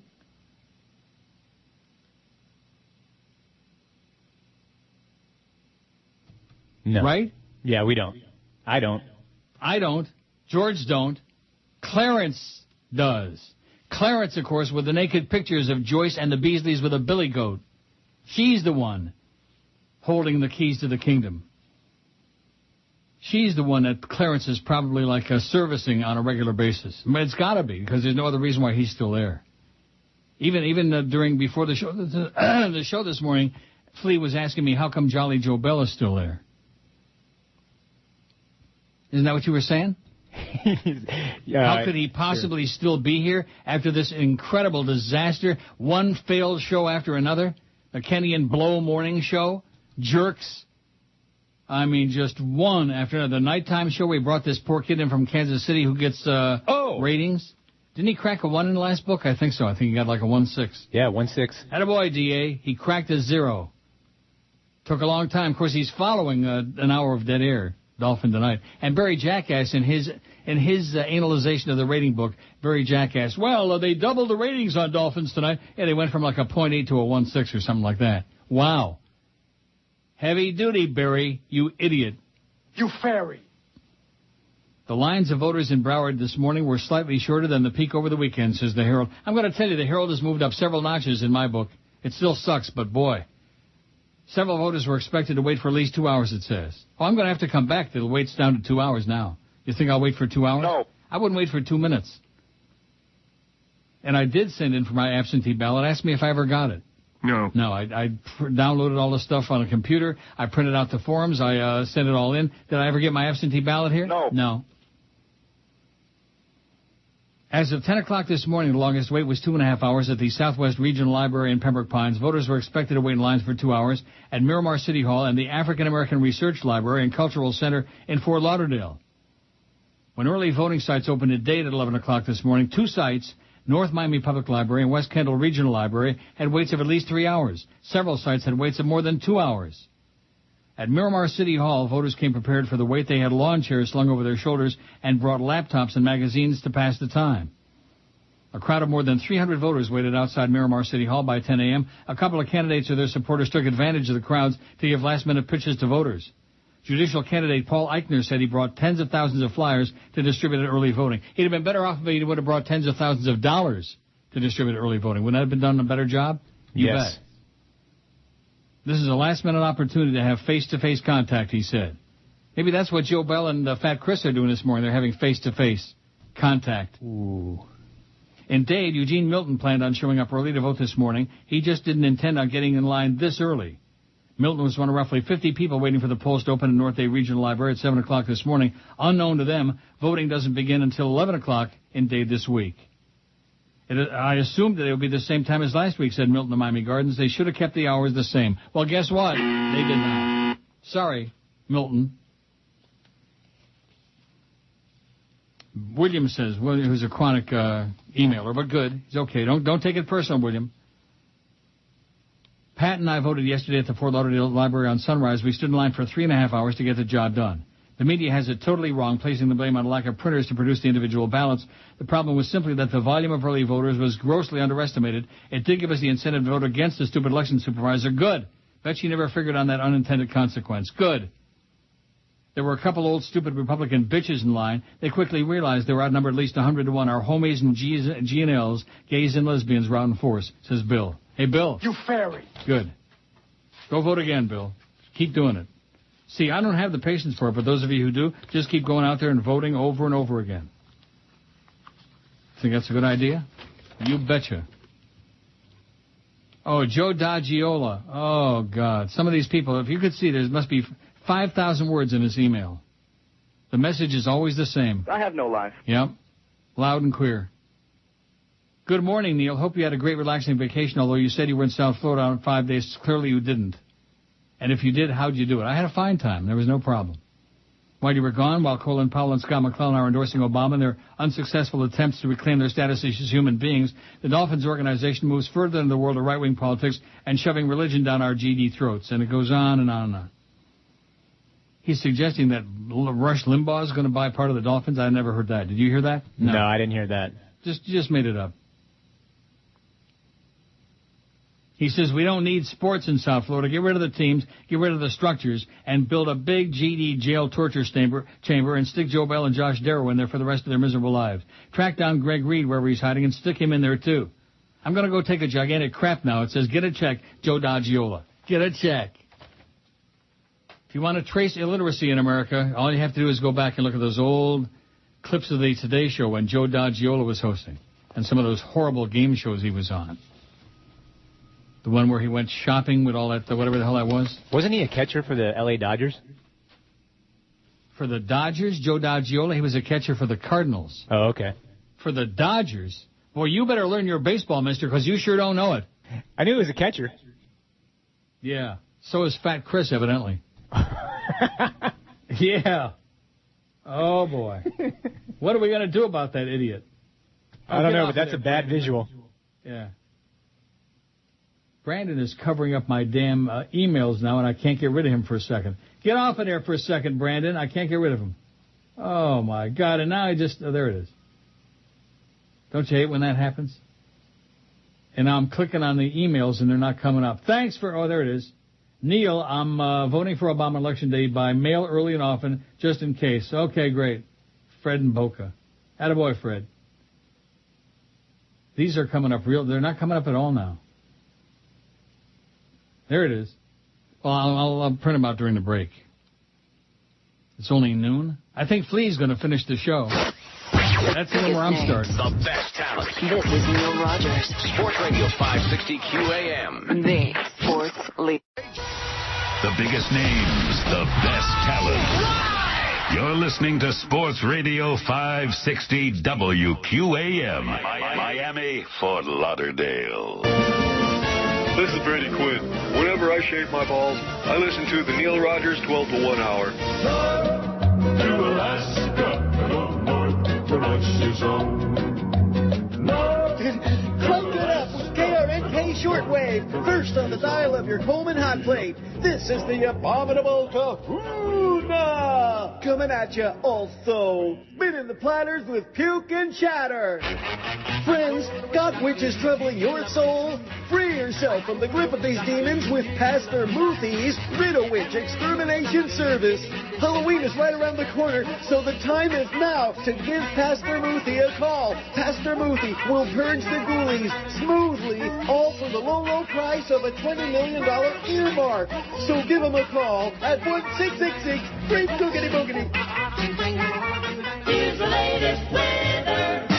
Weather for Wasilla, Ketchikan, and the surrounding areas, cold, with a high of 35 below. Hey kids, you know what that means. It's baby making time. Also, so cuddle up to get warm while the abominable kahuna brings you the Wasilla Weekend Update. Coming up this weekend in Wasilla, there's nothing really going on. So let's fill up those bathtubs, kids. Crank it up with KRNK. Crank, crank. Give me more crank. I need more crank. KRNK, crank. All right, there's the new format. Let's get the Chicken Act aboard off job. He can use the cash, I'm sure of it. Sure? Yeah. You're done, Fat Chris. Bye-bye. I wish I could say it was a pleasure. Bye, bye, bye. But you never show up anymore, so what's the point? Here's one. I wish I could print out all the emails, but unfortunately Brandon got on there with the AOL thing with the AIM. Not your fault, Brandon. Don't feel bad about it unless you want to. And it screwed up my whole damn computer. And so I'm having an impossible time printing out all the great emails on there. Mm-hmm. It says, outstanding. I was wondering if you'd seen what a piece of Schmidt newspaper the Scum Sentinel has become. Absolutely horrific. Small market, Podunk, USA. I'm going to tell you right now, the Canandaigua Daily Messenger in a town of 10,000 people has got more pages, guaranteed, than the Sun Sentinel. Piece of turd.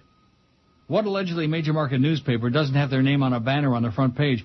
Yeah, exactly. I can never determine which section is the main or front section because there's no Sun Sentinel blasted anywhere. Good point. The sports section has sucked for years. No Major League Baseball stats on Sundays. This is done in every other major market. No more NFL stats on Wednesdays or Sundays. Nothing. No nothing. Freaking Game 7 of the ALCS ends at 11:15 p.m. There's no coverage in the next day's paper. I could go on and on, but you pretty much nailed it. It's a freaking rag, a weekly reader. The people who made those decisions at the Scum Sentinel need to be sent packing immediately. I guarantee you Jolly Joe Bell's got his finger in it. Believe me. Rectum. You can smell it. Good rip job on your part. Keep it up. What they've done to a formerly very good newspaper is a crime. Rich, long-time listener, hopefully not too chronic emailer. Thank you, Rich. No, actually, your email was so good I printed it out 3 times. By accident, because I'm trying to, put my computer back together again. God. Don't you hate when that happens? I cracked the window. Now, you probably can't hear the trucks and the noise out there. I can hear it a little bit, yeah. Can you? God. I just cracked the damn window because it was boiling in here. Now, let me see if my Outlook Express comes back. Oh, no. Guess what? Didn't come back? No. Let me try one more time.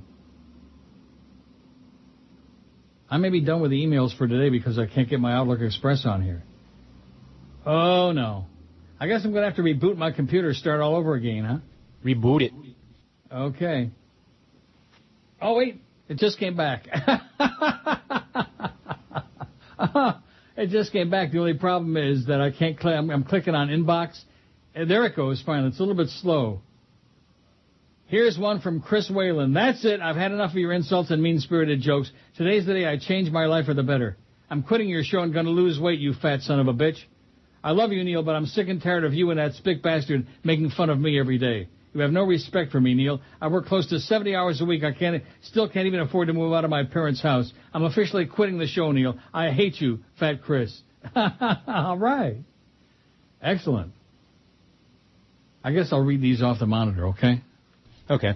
Well, I couldn't print them out because, Brandon was potchking around about the internet streaming sounds fine. They're not complaining about the audio quality, Brandon. They're complaining about the fact that the Big O is on there doing his rock solid routine 8 million times. All the spots are the same one over and over again. Mike says, I'm a long-time listener since 84. The Sun Sentinel now looks like a comic book. Are we too stupid to read a newspaper without being color-coded? The front page is one color, local news is another one, etc., and so on. I've canceled my subscription. I'm on my way to vote for Obama. I don't see how anyone with a brain can vote for McCain. Remember, with McCain, you can't touch him, and nobody should, says Mike. Thank you, Mike. Vote several times. If you're gonna wait that long in line, you ought to be able to vote a few times, right? Yeah. One would think. Go her own way, set herself up for 2009 and beyond. Oh, yeah, she's going to go her way north to Alaska. Now, which was the bit that started with that? I just love that song. I hate that bitch, but I love that song. Josh says, Tony Hillerman was a great writer of mysteries, and his books were fast-paced and very informative. Well, that's good, Josh. Thank you.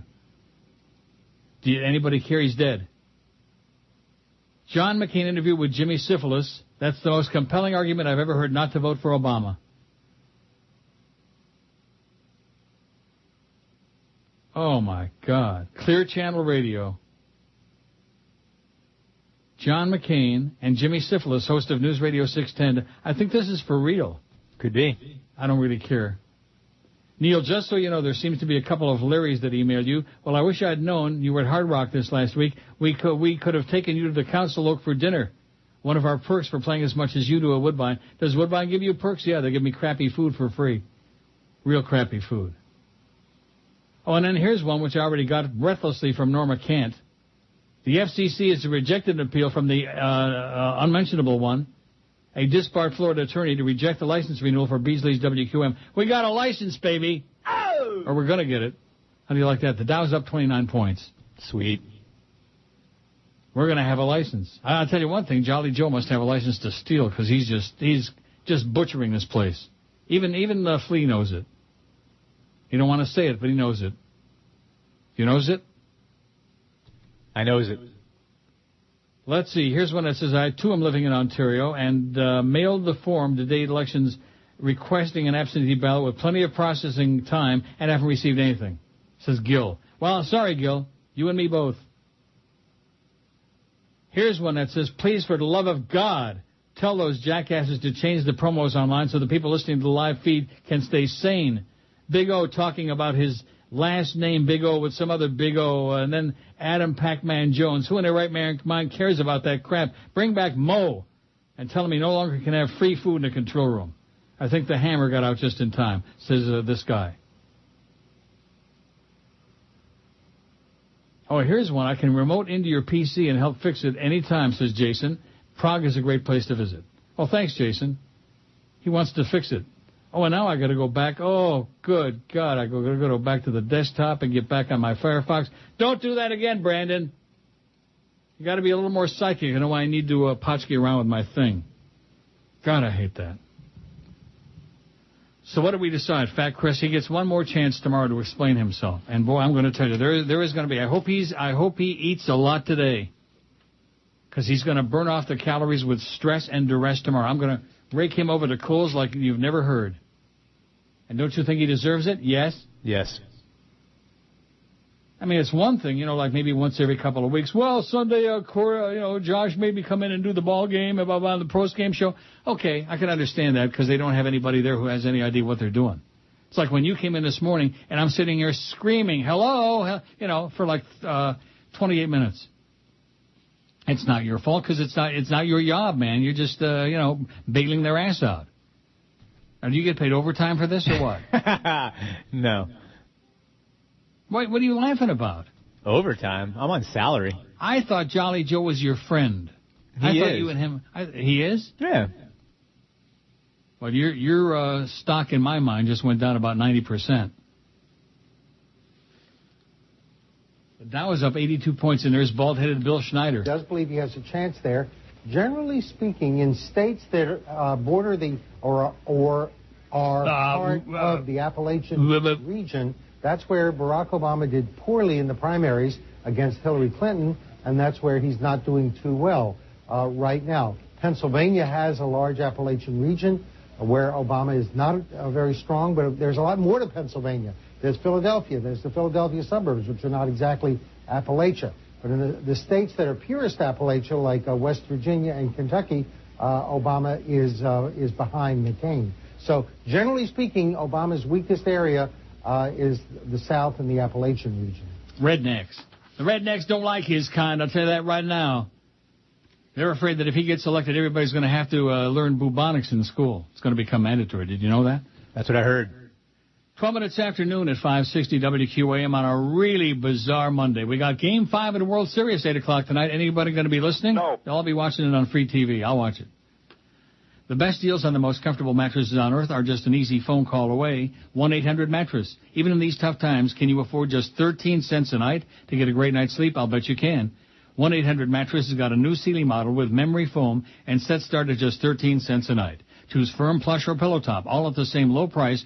1-800-MATTRESS is South Florida's largest Sealy dealer, and they offer you same-day delivery. 1-800-MATTRESS has got no stores, which means lower overhead, and they pass tremendous savings on to you. Delivery whenever it's convenient for you, whenever you want, 8 a.m. to 10 p.m., weekends, holidays, even Simchas Torah, even the same day you call. Call by kickoff, get your mattress by the post-game show. And probably Fat Chris will be board-hopping the post-game show. All with those famous 1-800-MATTRESS 30-day in-home comfort trial.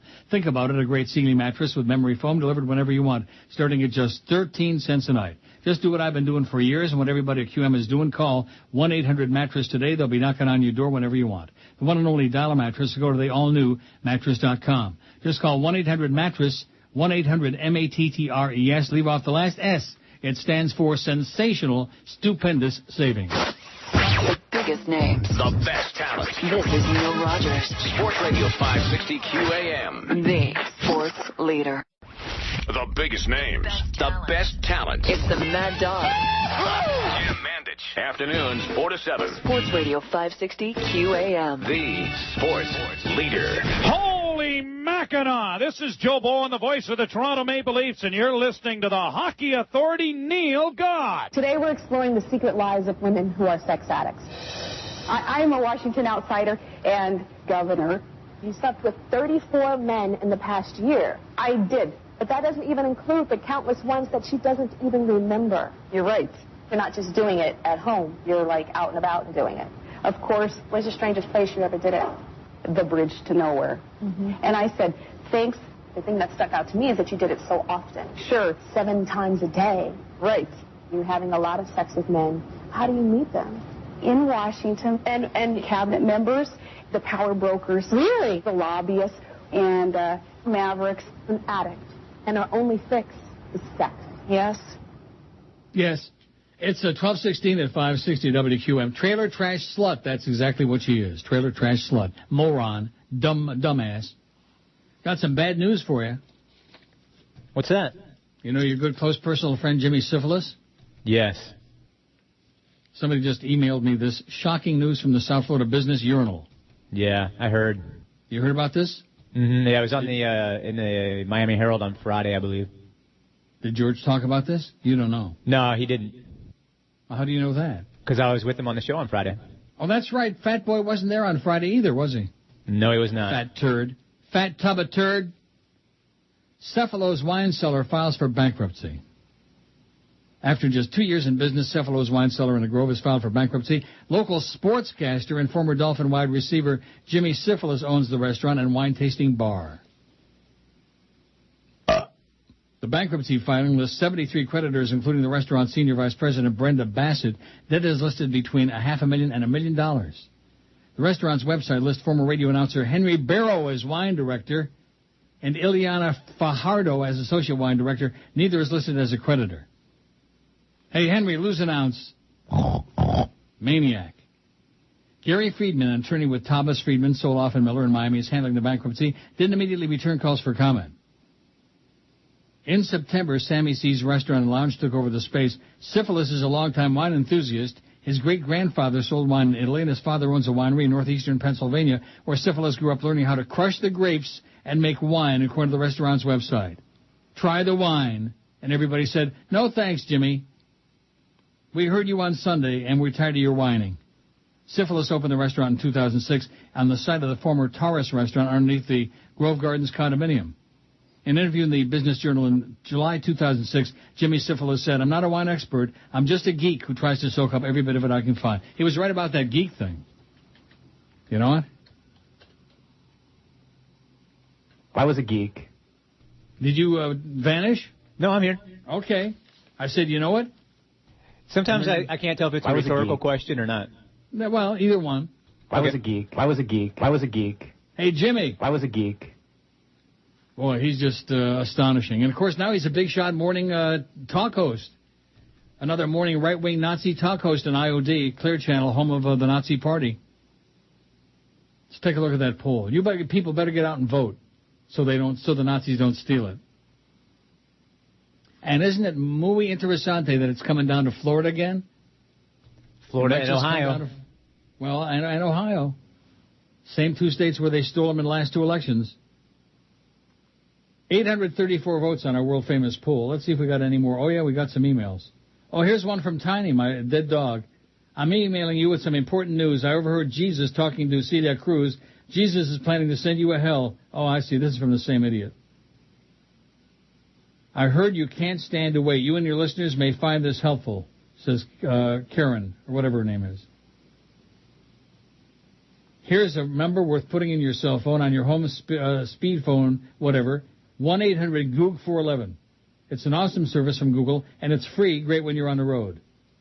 Don't waste your time on information calls. Don't waste your time manually dialing the number. I'm driving along. What does this have to do with voting?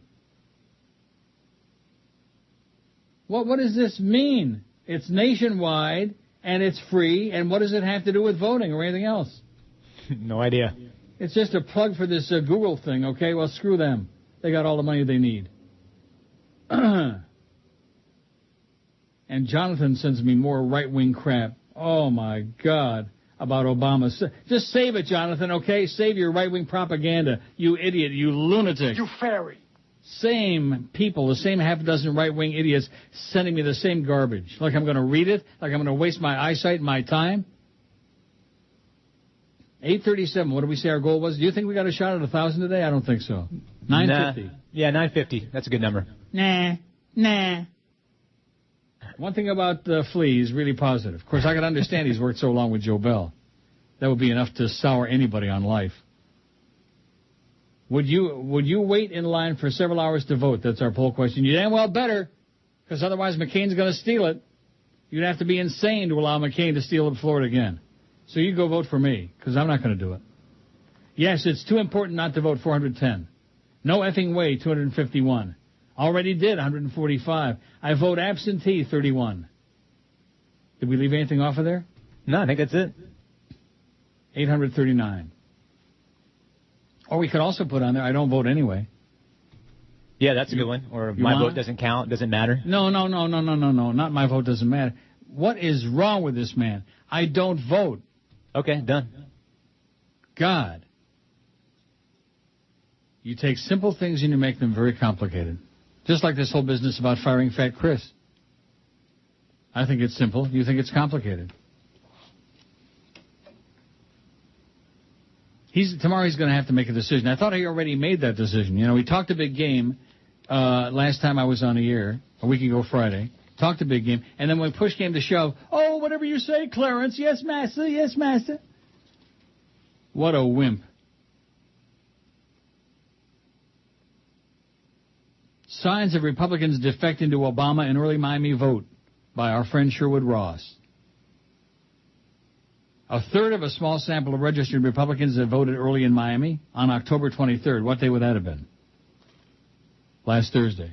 Mm-hmm. Said they voted for Barack Obama for president, according to an exit poll made by this reporter. The spot poll of 50 voters displaying I voted stickers as they emerged from the Stephen P. Clark Center downtown also indicated that twice as many registered Democrats as registered Republicans voted early. While the sampling unquestionably is too small to reflect more than a crude hint of what the final tally might be for Dade County, this reporter believes it is significant that 5 voters of the entire sample of 50 said they were registered Republicans who had just cast their ballots for Obama. By contrast, not one registered Democrat interviewed said she or he voted for McCain. What's more, the 14% of the entire group of voters who identified themselves as independents, all but one said they had voted for Obama. Of the total of 50 voters interviewed, 76% said they voted for Obama, and 24% said they voted for McCain. 68% of the group appeared to be white and Hispanic, 32% non-white. Of the Republican crossovers who voted Democratic, several cited their disapproval of the Iraq War as the reason for their defection. Others listed the economic downturn. Madeline San Martin, 46, a Hispanic voter who formerly voted Republican, said she voted for Obama because he did a lot for Chicago, he's come a long way, and I'm against the war. An 81-year-old Hispanic woman who identified herself as a former Republican said, I think the Republicans are only for the very rich and I'm against the war, so I voted for Obama. She declined to give her name. She values her life. Another Hispanic woman of about 60 who came to Miami from Cuba said, I used to give the Republicans $5,000 a year, but I'm completely opposed to this crazy war. I listened to all of Obama's speeches. I think we need a change. While few of the McCain voters were young and about half appeared over 50, the Obama voters included a good percentage of youths who voted early. Indicating that Obama's ideas for funding higher education had struck a chord, one 18-year-old white student who just voted for the first time and identified himself as an independent said simply, he's for college funds. And an independent who said he was employed by the U.S. Customs said he voted for Obama because in the last 8 years we've suffered discrepancies in our jobs. One 27-year-old man said he supported McCain because I'm a traditional Republican. I agree with what he says and less of what Obama says. And the 76-year-old Hispanic man said, I think he's less liberal than Obama. That's why. Not just liberal, but socialist and communist, according to Raul Martinez, your U.S. Senator, a lunatic, a crazy person. Raul Martinez, he's exactly what you'd expect, man. He is what you see is what you get. No phony baloney from Mel. He's as right-wing and as communist paranoid as they come. I say we take up a collection to fly Mel to Havana, take on Raul. What do you say? Sounds good to me. Maybe he'll wind up. Maybe by the end of the week he'll be eating Raul. Kind of makes me think again of Fat Chris Whalen and Jolly Joe Bell again. Can you just envision that sight, the two of them rolling around, tumbling around in the hay? Oh, my God. I'm trying not to. Yeah. Think of that if you're on a diet. It's middle of lunch hour. That should do it. The biggest names. The best talent. This is Neil Rogers. Sports Radio 560 QAM. The sports leader. The sports leader. Neil Rogers. God. Real American a-holes. Real American a-holes. We salute you, Mr. Road Cone Placement Engineer. Mr. Road Cone Placement Engineer. After testifying against Vinnie Tortellini, your membership to the Teamsters Union has been revoked. Join in witness protection. Now, the FBI has hooked you up with a swank job, riding on the back of a pickup truck for 8 hours a day. Hiding in the wheel well. You wear your Carhartts with pride as you strategically arrange your orange dunce caps and endure the obscene gestures of the drivers you are so gallantly trying to protect. Recipe for road rage! After your 3-hour lunch break, you make another pass, replacing the pylons so recklessly knocked over by old ladies and student drivers. Make a left at the light! With your Timberland boots giving you a confident stride, you pick up those cones faster than a Metallica roadie on meth, prodding your foreman to pat you on the back and say, job well done, Hank. Ow! So we salute you, Mr. Road Cone Placement Engineer, your hard hat, your reflected vest, and your new last name. You are a real American a-hole. You fairy. 12:31 at 560 WQAM. We got the big O coming on at 2 o'clock this afternoon. In spite of long lines of protest, people think that they're lined up outside our building to vote. They're not? Demonstration. No, it's a protest. Rock solid. Tracy in Kendall says, as I passed Orlando on the way back to Miami yesterday, I passed a closed Turnpike North, traffic backed up for miles, and troopers everywhere. As I wondered what the event was, I got a horrible feeling in the pit of my stomach. That's right, it was the McCain-Palin bus entourage. Like you, I won't wait for hours. I stood in line for hours at the last stolen election, making my efforts futile. But seeing that yesterday gave me a sense of urgency to vote. I'm going to start to try to vote today, since it seems it may take a few attempts to do it without a long wait. But no doubt about it, I will vote, and I'll vote for Obama. Sorry for the ranting, but I've never been fired up about anything like this before. Spread good karma, vote for Obama. Have a great day, says Tracy in Kendall. Thanks, Tracy. Vote early and often. Now, here's Bill. See, no matter how long we go on with this, with the emails and with the internet, with all the different stuff, It's always the same stuff. Neil God, would you please get someone off their fat rear end in Miami and correct the fact that only 3.5 hours of your show are being recorded day after day? How many times a day do we hear this? About 30, man. Like I can do something about that? This has been going on for over a month now, and as one of your listeners who have given up completely on a radio signal that even the NSA would have a hard time hearing in most of Dade County, I depend on my MP3 player in your archives to hear and enjoy the shows. Would you also be kind enough to mark the shows when you're not on, and you know who is trying to fill in, so I don't need to oh, please. Oh. Like he can't make the effort to hear who's on? This guy wants us to mark the shows. How about if we come over to your house, Bill, and we play this stuff for you? He'd probably like that. Oh, good God. Get a freaking life. I have no life. Please let him know when George is on so he doesn't have to hear a download a second or third rate show. Yeah, I'm sure George would appreciate it very much. George says, screw you, Bill. Your mama. 8:58 on the pool. We got a shot at something. Whatever we get, we get. We got no George today. We got no Chris. We've got Flea, who's doing the best he can to, rip Joe Bell a fat ass. I'm trying. Keep it up. Don't ever stop. I tip my hat to you for having the balls to at least go to clearance and say, what's with those crappy rejoins, okay? What's with this horseball format? And he responds by saying to you, you're in promotions. That's programming. Mind your own business. Isn't that essentially what he said? Yeah, that's about it. Keep your nose out of programming. You're in promotions, Dumbo. And you told me before the show he's starting to dislike you, and that, of course, is because you're associated more and more with this show. Anybody or anything connected with this show, Clarence hates like poison. Yeah, I thought that was BS, but I think it's actually true. It's not BS. They have worked feverishly to destroy this show, and they have done a hell of a job. They've cut the number about in half. Hell of a job there, Jolly Joe and Clarence. Dave Lindorf on the Smirkling Chimp says, I'm calling the race for Obama. Oh! Go back to the wine cellar, Henry. Oh! He says, I'm ready to call this election. It's going to be a big win for Barack Obama. I know this because of a story I heard from an employee of a major polling organization. He tells of a poll worker who was interviewing hometowners in a small town in central Pennsylvania, part of that real America held by Republican vice presidential candidate Sarah Palin. The man knocked on the door, and when the woman of the house answered, told her he was a pollster and wanted to know how her household planned to vote in November. The woman turned and yelled into the house, honey, how are we voting this year? From inside the house, a male voice yelled back, I guess we're voting for the nigger. The woman turned to the stunned pollster and without a hint of embarrassment said, I guess we're voting for Obama. Simply put, Obama has won the racist vote, a core Republican constituency, since the late 1960s. Indeed, it is likely that instead of the famed Bradley effect, named after Mayor Tom Bradley of L.A., who famously lost a race for California governor, which the poll said he would win handily, according to which some white voters supposedly tell poll takers they're voting for the black candidate in a race for fear of appearing racist, while in fact they plan on voting for the white candidate, the opposite is going to occur. That is, there are probably many white racist voters like this one in small Pennsylvania town, whether in some northern suburb or village, or in southern states like Virginia, North Carolina, or Georgia, who are fed up with the Bush years, want to change, and planning to vote for Obama, but wouldn't want their friends to know they're voting for a black man. Call it the Obama effect. If I'm right that this anecdote is reflective of a broader phenomenon, look for just the opposite of what we saw happen in the 2004 election, when the exit polls and the networks were calling an election for John Kerry, and in fact key states like Ohio, supposedly solidly in the Democratic column, went for Bush.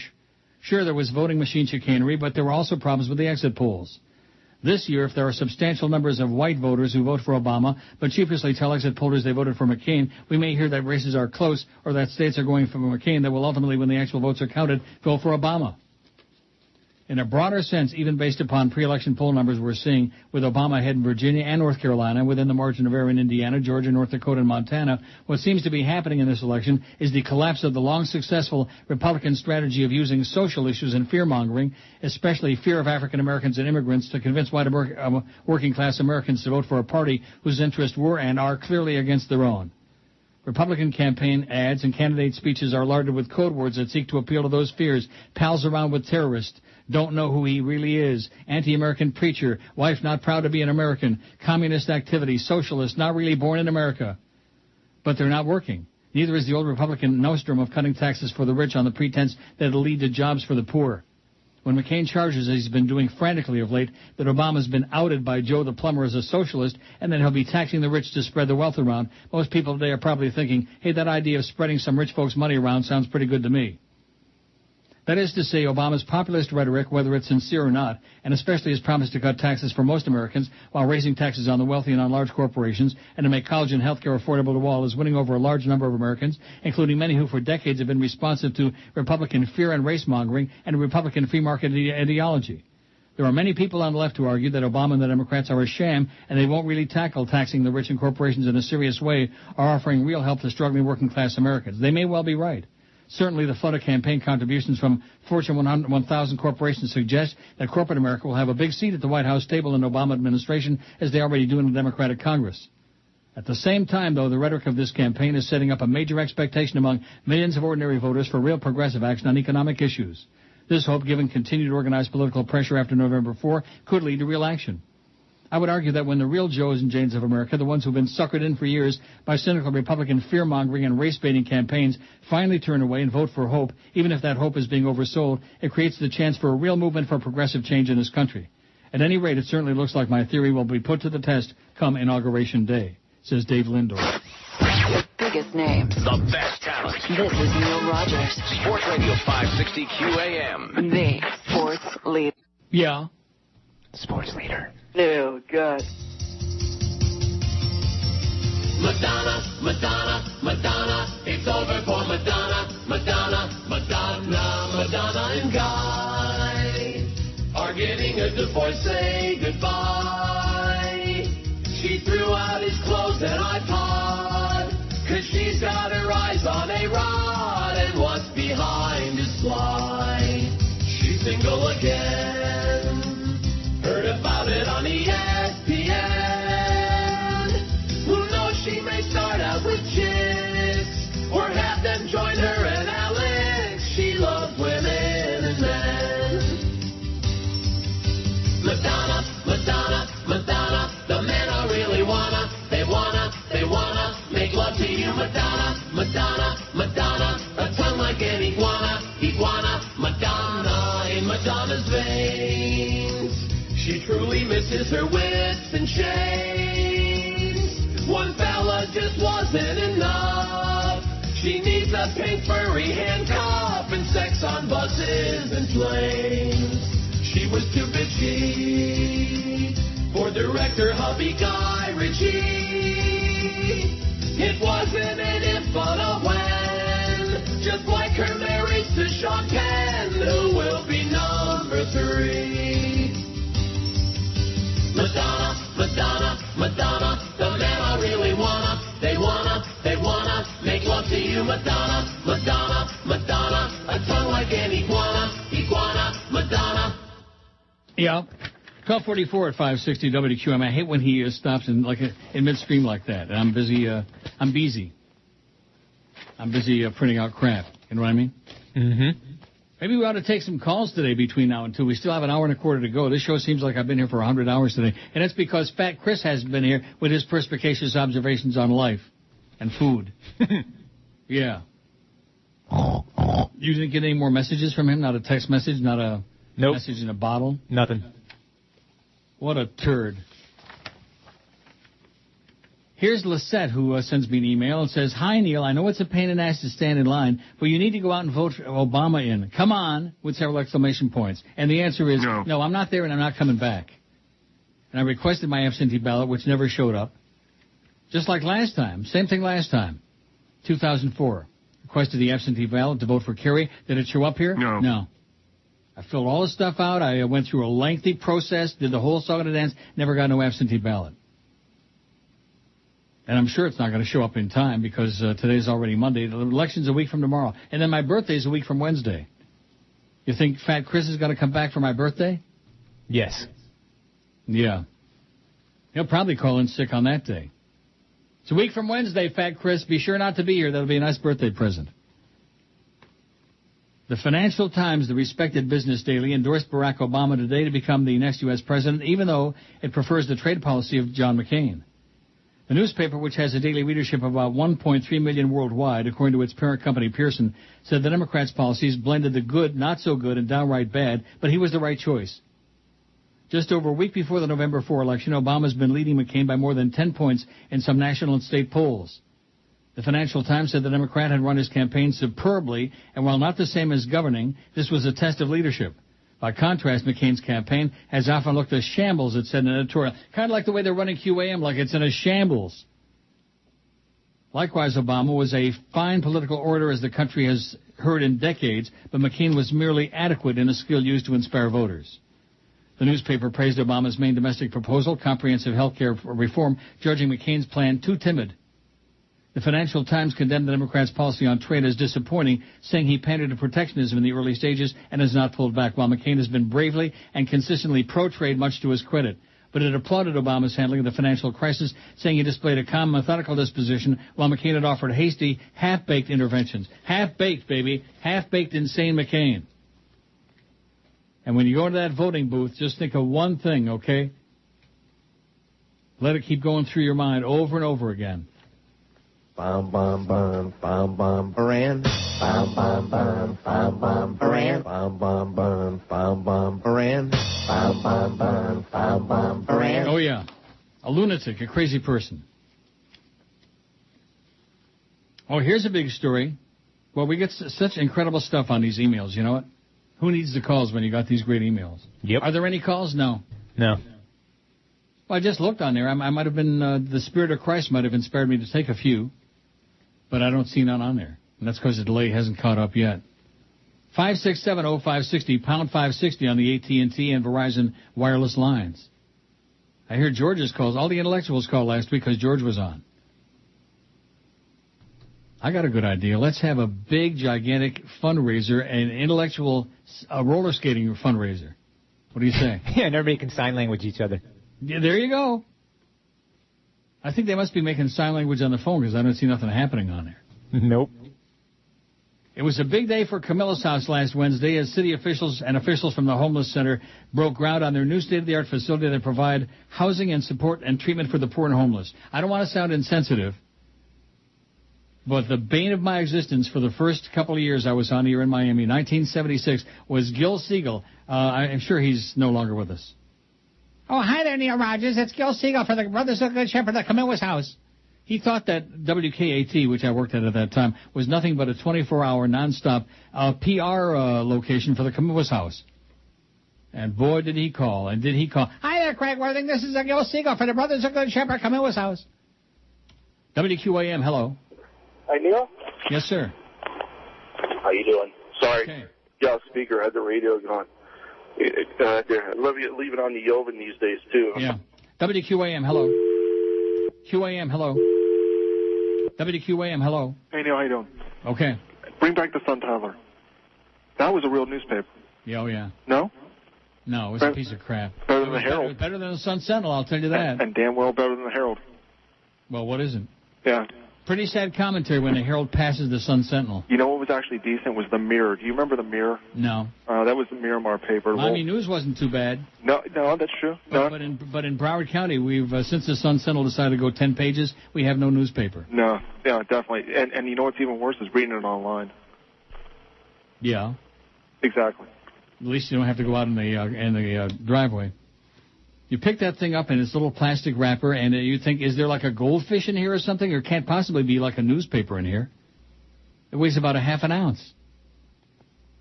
WQAM, hello. Can I speak to Neil? Yes. WQAM, hello.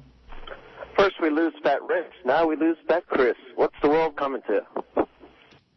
WQAM, hello. Joe, lost in mama! WQAM, hello. QAM, hello. Hola. Oh, there's nothing happening on there. Hola, hello. Neil. Yes. Hey, I just wanted to tell you that my third Barack Obama sign was stolen out of my yard. I'll be damned. Yeah, my neighborhood is a cancer with McCain signs. Mm-hmm. I wouldn't dream of going into somebody's yard and taking out their political position on their private property and doing that. And this is my third one. At least they didn't cut your brake lines like they were doing here before the Canadian election. Yeah, well, which I'm grateful for. So. Yeah, thanks for not breaking her brake lines. Yeah, but you know, it's just a mentality. It's just a mentality. Like, how dare you? You know, this is my opinion. So what? You know, go about your business. So I just wanted to vent to you and let you know. But Pembroke Pines is full of jerks.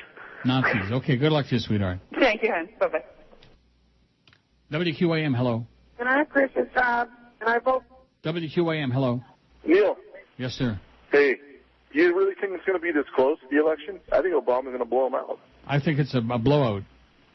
I think you hear a lot of the media saying that it's going to be close because they're trying I think he's going to win Colorado. I think he's going to win Virginia. I think and I don't understand. Last week he was supposed to be Obama 10 points ahead in Indiana. The new Zogby poll shows McCain is 6 points ahead. You tell me that there was a 16-point swing in 1 week?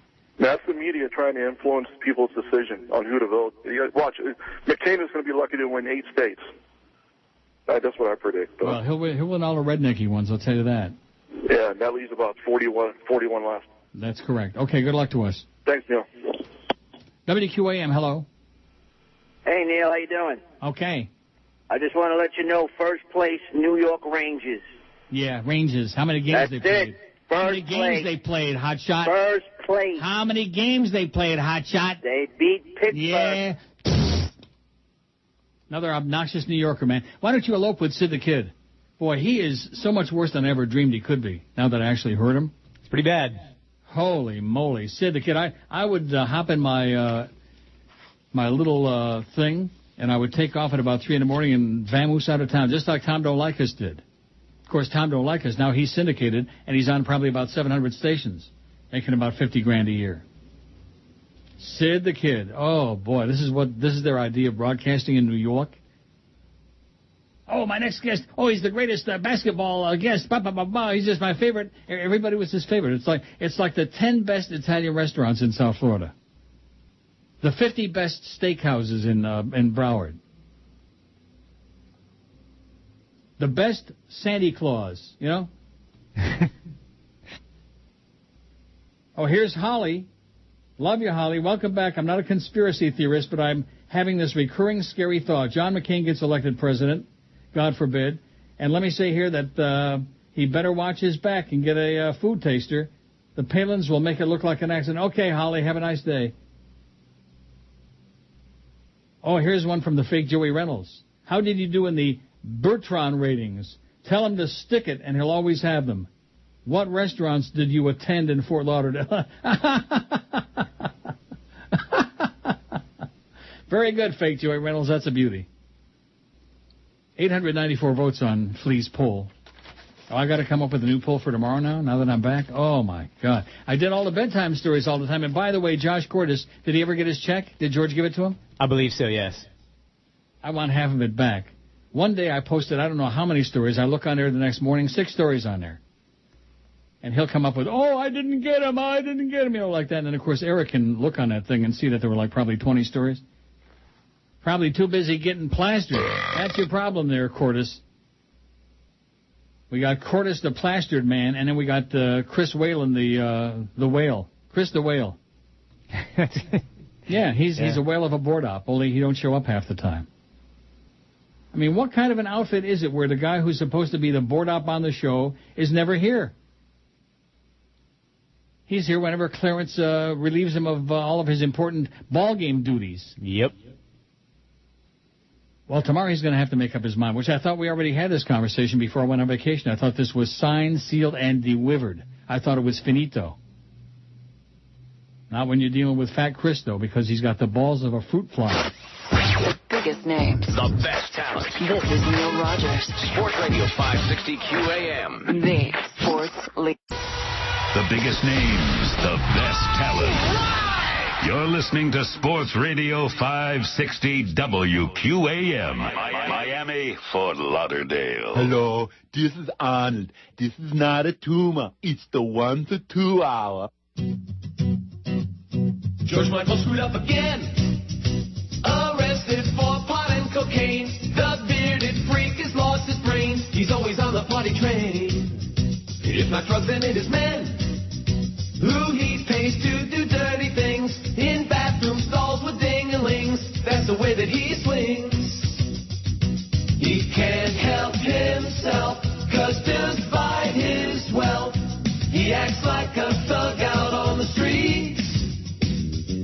wants us to forgive. He's self-destructive. He smokes more marijuana than a whole damn Navy fleet. And it happened once again. He could wind up in the pen. He'll be surrounded by men.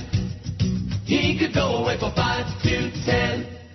Georgie, you're popping your clonazepam, followed by 2 diazepams, just like when you were in Wham. Georgie just keeps firing up his bong, even though he knows it is wrong, just like his polka dotted thong. Always in trouble, the guy with stubble. If he's not careful, he'll wind up dead. He needs a brother or one good lover to keep him off the junk, so he is not a big cokehead. But he fires up his bong, even though he knows it's wrong, just like his polka dotted thong. That's the end of our song. Good. 101 at 560 WQM. It's our gigantic 1 to 2 hour. You ready for it, Flea? Oh, yeah. I'm not. See ya. You want me to take it over from here? You wanna? Here's Flea for the 1 to 2 hour. Nah, I don't think they would appreciate that. You want to take any good calls? We had some really good calls that hour. Oof. Let's get that phone cranking again, baby. We take all calls all hour, because there's no emails on there now. There were hundreds on there, literally hundreds, when I got back here this weekend. And I went through each and every one. And let me say it again, the only word I can use to describe the overwhelming majority of them would be... Crap. That's right. Either right-wing crap or a silly crap or stupid crap or just general... Crap. Yeah. Any way you slice it. Any way you cut it. Pure... Crap. God. Wouldn't you think out of 300-400 there would have been like maybe 40, 50 of them? Yeah. 20 or 30 of them? You would think so. That would have been airworthy and something interesting and somebody actually saying something, as opposed to Sal Biondo with his 85 links to 700 stories. Oh, my God. WQAM, hello. Good afternoon, sir. Welcome back. Good afternoon. Thank you so much. Hope you had a fine vacation. I did. I just wanted to make note of something. I keep getting in these arguments with these McCain wannabes.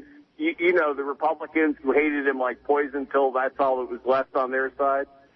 And all I keep hearing from them is lies about Obama. They keep trumping up this nonsense. That's their whole campaign. Yeah, it's all lies. He's a Muslim, he's a socialist, he's a terrorist, he hangs out with the terrorists. All this, just smut, smear and smear. That's all they know how to do. Yeah, so my old rule of thumb is if you stop telling lies about my guy, I'll stop telling the truth about yours, okay? I'm tired of it. I can't wait till this thing is over. And let me tell you, I'm going to be spinning like Rumpelstiltskin if Obama doesn't win next week. I don't see how he can lose. I don't either. Unless they really put the big fix in. I just can't see how he can lose. I really don't. I mean, it just looks like it's in the bag now. I don't want anybody. I'll tell you what. I keep going by these early polling places, and I'm telling you, I'm moved because it's not in the upper crust neighborhoods. I see it. I think it's the people in the lower income neighborhoods who are tired of being hosed. And they're turning out in force, man. They're listening to what this man has to say, and they're not going to let it happen again. People are really pissed off. Pissed off gets me fired up when I hear someone say that. Amen. Absolutely, sir. Okay. Keep hope alive. Go vote again, thanks. Just keep voting and voting and voting, and maybe if you're lucky, one of them will count. That's the American effing way. That's the way the Republicans and Karl Rove have done with the elections, and the people at Diebold, etc. 897, you're approaching 900 on your world-famous poll there. Oh, yeah. You're really doing it. We got Flea with us today, and thank God for him, because that's it. We got no George, sick. You know, it's really one thing when you send somebody a message the night before, and he was saying, I'm giving you a heads up on the fact that if I feel the way tomorrow that I feel right now, I won't be in. That would be like my sending him a message saying, a week from Thursday I'm going to be out sick. You know what I mean? Not that he hasn't covered for me a million times, which he always does, and I appreciate it very much, but he's sick a lot, you know what I mean? Mm-hmm. Too much carousing. Too much smoking bad weed. Maybe I got some connections to get him some good weed. No, he actually has good weed. Does he really? That's what I've heard. Yeah, heard my ass. WQAM, hello. Neil. Yes, sir. Yeah, I got to give you credit. It was about a year ago. You came out of nowhere and said Obama was going to be president. Yes. And that was back when nobody heard about him.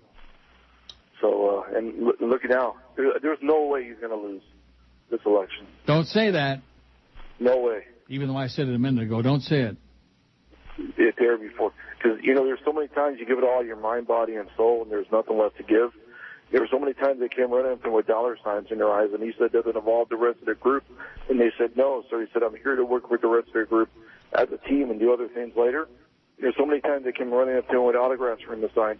He slid over just for John Borges to sign. He didn't want his feelings to be hurt. Do you understand anything that this guy just said? Nope. I couldn't make out one word he was saying about something about signing something. WQAM, hello. Boy, I'm going to tell you something. This place is I've said it before a million times, technical toilet. I filled my bowl this morning on 2 occasions with much better quality turd than this place is technically. This is just a disaster. If it isn't the internet with the same spot running 400 times over and over again with a big rock solid talking about how great he is, or it's the phone like that. A technical disaster is what it is. And, of course, if you went to your good buddy Jolly Joe, you know what he'd say? Oh, I don't like to micromanage. Oh, I don't want to interfere in engineering. Oh. Does he have, how the Antichrist is supposed to have the 3 6s on his head? Does he have, loser branded on his forehead? Not that I've ever seen. QAM. Good afternoon, Neil. Yes, sir. Can you hear me? I hear you. Can you hear me? Okay. I'm one of your your loyal listeners, Julio. I drive truck in Hialeah, unfortunately. And let me tell you, I'm starting to see a lot of Obama stickers on these cars and on these homes, a lot of Obama posters. In Hialeah? In Hialeah. That's right. Increíble. I see a lot of, in Spanish, we need a change. And on Obama bumper stickers, I see some signs, not a whole lot, because you see a lot of McCallan and Palin and Raul Martinez posters. But and by the way, while I was down there, I got the biggest kick. The funniest thing I've seen in the years is the Martinez ads and the ads against him for Diaz Balart. Yeah. Talk about a filthy campaign. He's a crook. He's a thief. He went to jail. It's hysterical. We're going to stop the corruption. Yeah, right. All right, but let me drop Thanks for the load. good news, Pally. Thanks. Got more good news. The Dow's up 130 points. There's good news tonight, as Gabriel Heater used to say 700 years ago.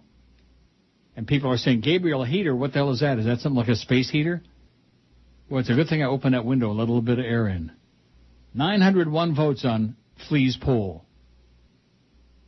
And we got 4 people say I don't vote. I wanna. I tried for the absentee, and I had every intention while I was down there. I thought, boy, this is great. We got the early voting this week. I was there all week. Had every intention of going and voting 4 or 5 times for Obama, but I'm sorry. I'm not sorry. I'm just telling you, that's me. I will not stand in line for 3.5, 4 hours. Maybe if I was 25 years old instead of 65 and I had that much of my life left to waste, I would, you can't say that, Neil. It's not a waste of time. Okay, whatever you say. You think my one vote is going to be the difference, Flea? Could be. Yeah, like that video that the guy put together. Oh, I mean, long, ponderous. Neil Rogers, Obama's loss traced to Neil Rogers. And Neil spelled with 2 L's, by the way. Single non-voter tipped election to McCain-Palin ticket. And, of course, it would be me, not anybody else. WQAM, hello. QAM. How you doing, guys? Talk to Neil? Speaking. Neil, how you doing? Okay. Good. I was watching, I think it was CNN on Friday. Did you see the thing about McCain with relatives that claim that they're related to him, yet he denies it? Yes. Yeah. You know what I find so funny? Isn't this the man that is representing the family values and good Christian morality, yet he denies the fact that he has relatives solely because they're black. Correct. They have different bloodlines than him. Yet his brother is at the family reunion with them. Have you noticed that? Oh, not the brother who said F you to the when he called 9/11 about the heavy traffic to a plane. Right, not him, but there was another one, and he's sitting there, so how come this guy's brother acknowledges the fact that, he does have relatives that are black, but it's like the biggest sin, and, like we said, Christian rights, morality, you think Jesus, if he would say, I don't want to be related to I think this last week they're going to become so desperate that Palin and McCain are both going to bring out the N-word. I wouldn't be surprised. He's a socialist. He's a communist. He's a N. You know, I think they're getting that desperate. We had on our website that story about his brother. I think it's Joe, not Joe the plumber, Joe the insane McCain, the other one. And he was involved in heavy traffic. I forget where the hell it was. And he called 911 to complain. And they said, this is an emergency line. Are you having an emergency? No. Well, F you. F you. And then he apologized for it. He's kind of, I guess, like the Billy Carter of that family, you know? Remember Billy Carter? He used to drink, came out with that Billy beer. I still have some at home. Do you? Oh, yeah. Must be getting a little bit raunchy now. Yeah, it's pretty old. 903 on the survey. Would you wait in line for several hours to vote? Let me say it again. It's a disgrace, a national disgrace. And it's not just in South Florida, by the way. I saw the same thing in Georgia. They were showing on CNN because they're in Atlanta. And all over the country, people with these long lines. Of course, the good sign is there's going to be a humongous voter turnout, which is very rare. But people are pissed off and fired up. They've had 8 years of fascism. They don't like it. They haven't got any money. They don't know if they're going to have a job, where they're going to get their mortgage payment from, if their house is going to be foreclosed. They haven't got any clue what's going on. And you notice as we get closer to election time how gas prices it's just a coincidence that they've come way down. Have you noticed that? Oh, yeah, drop below $3. $2.79 a gallon. Wow. What a bargain. Just as we get closer to election time, Bush and his Saudi buddies. That's where Obama ought to do the first bombing, man, Saudi Arabia. Bomb those ragheads back into the Stone Age even further than they already are. 903 on your poll. We need to get to 9-something. I think we ought to be pretty damn proud of this. Yeah. Aren't you proud? Yeah, I think we get 950. Now, don't go out on a limb. I think you're pushing for Chris's job because obviously you're involved in the poll so much now, you know? Yeah. 12 minutes after 1 at QAM. We would talk to you about those. Oh, and Barry Jackass had that article. I bet you George didn't read it on the air because George doesn't read anything.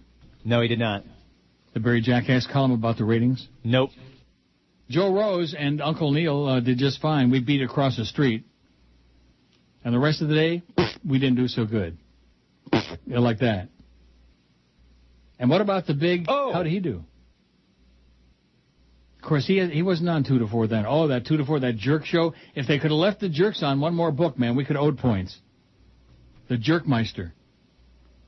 Week after week, more and more people are taking advantage of Neil's half-price deals on WQAM.com, and this week is no exception. Starting Thursday, you can buy $50 certificates for just $25 to the brand-new Dockers Bar and Grill, a quarter mile west of 441 on Miramar Parkway. Dockers is quickly becoming an East favorite. Their nautical decor is warm and inviting, the food is hot and tasty, and the drinks are ice cold. Just wait till you try their Your Way crispy shrimp, jambalaya, teriyaki glazed salmon, and amazing chicken dishes. As for entertainment, Dockers features karaoke on Wednesdays, Texas Hold'em tournaments on Thursdays, live music on Fridays, and a great DJ playing the oldies on Saturday nights. Plus, Dockers has got drink and food specials for every game, and happy hour weekdays from 11 a.m. to 7 p.m., the longest happy hour in town. Call Dockers, 954-894-DOC, D-O-C-K. Go to WQM.com to buy $50 certificates at half price, just $25 starting Thursday at noon. The biggest names. The best talent. This is Neil Rogers. Sports Radio 560 QAM. The sports leader. If he wants me to sing God Bless America and pasties and a G-string up here, I'll do it. All right.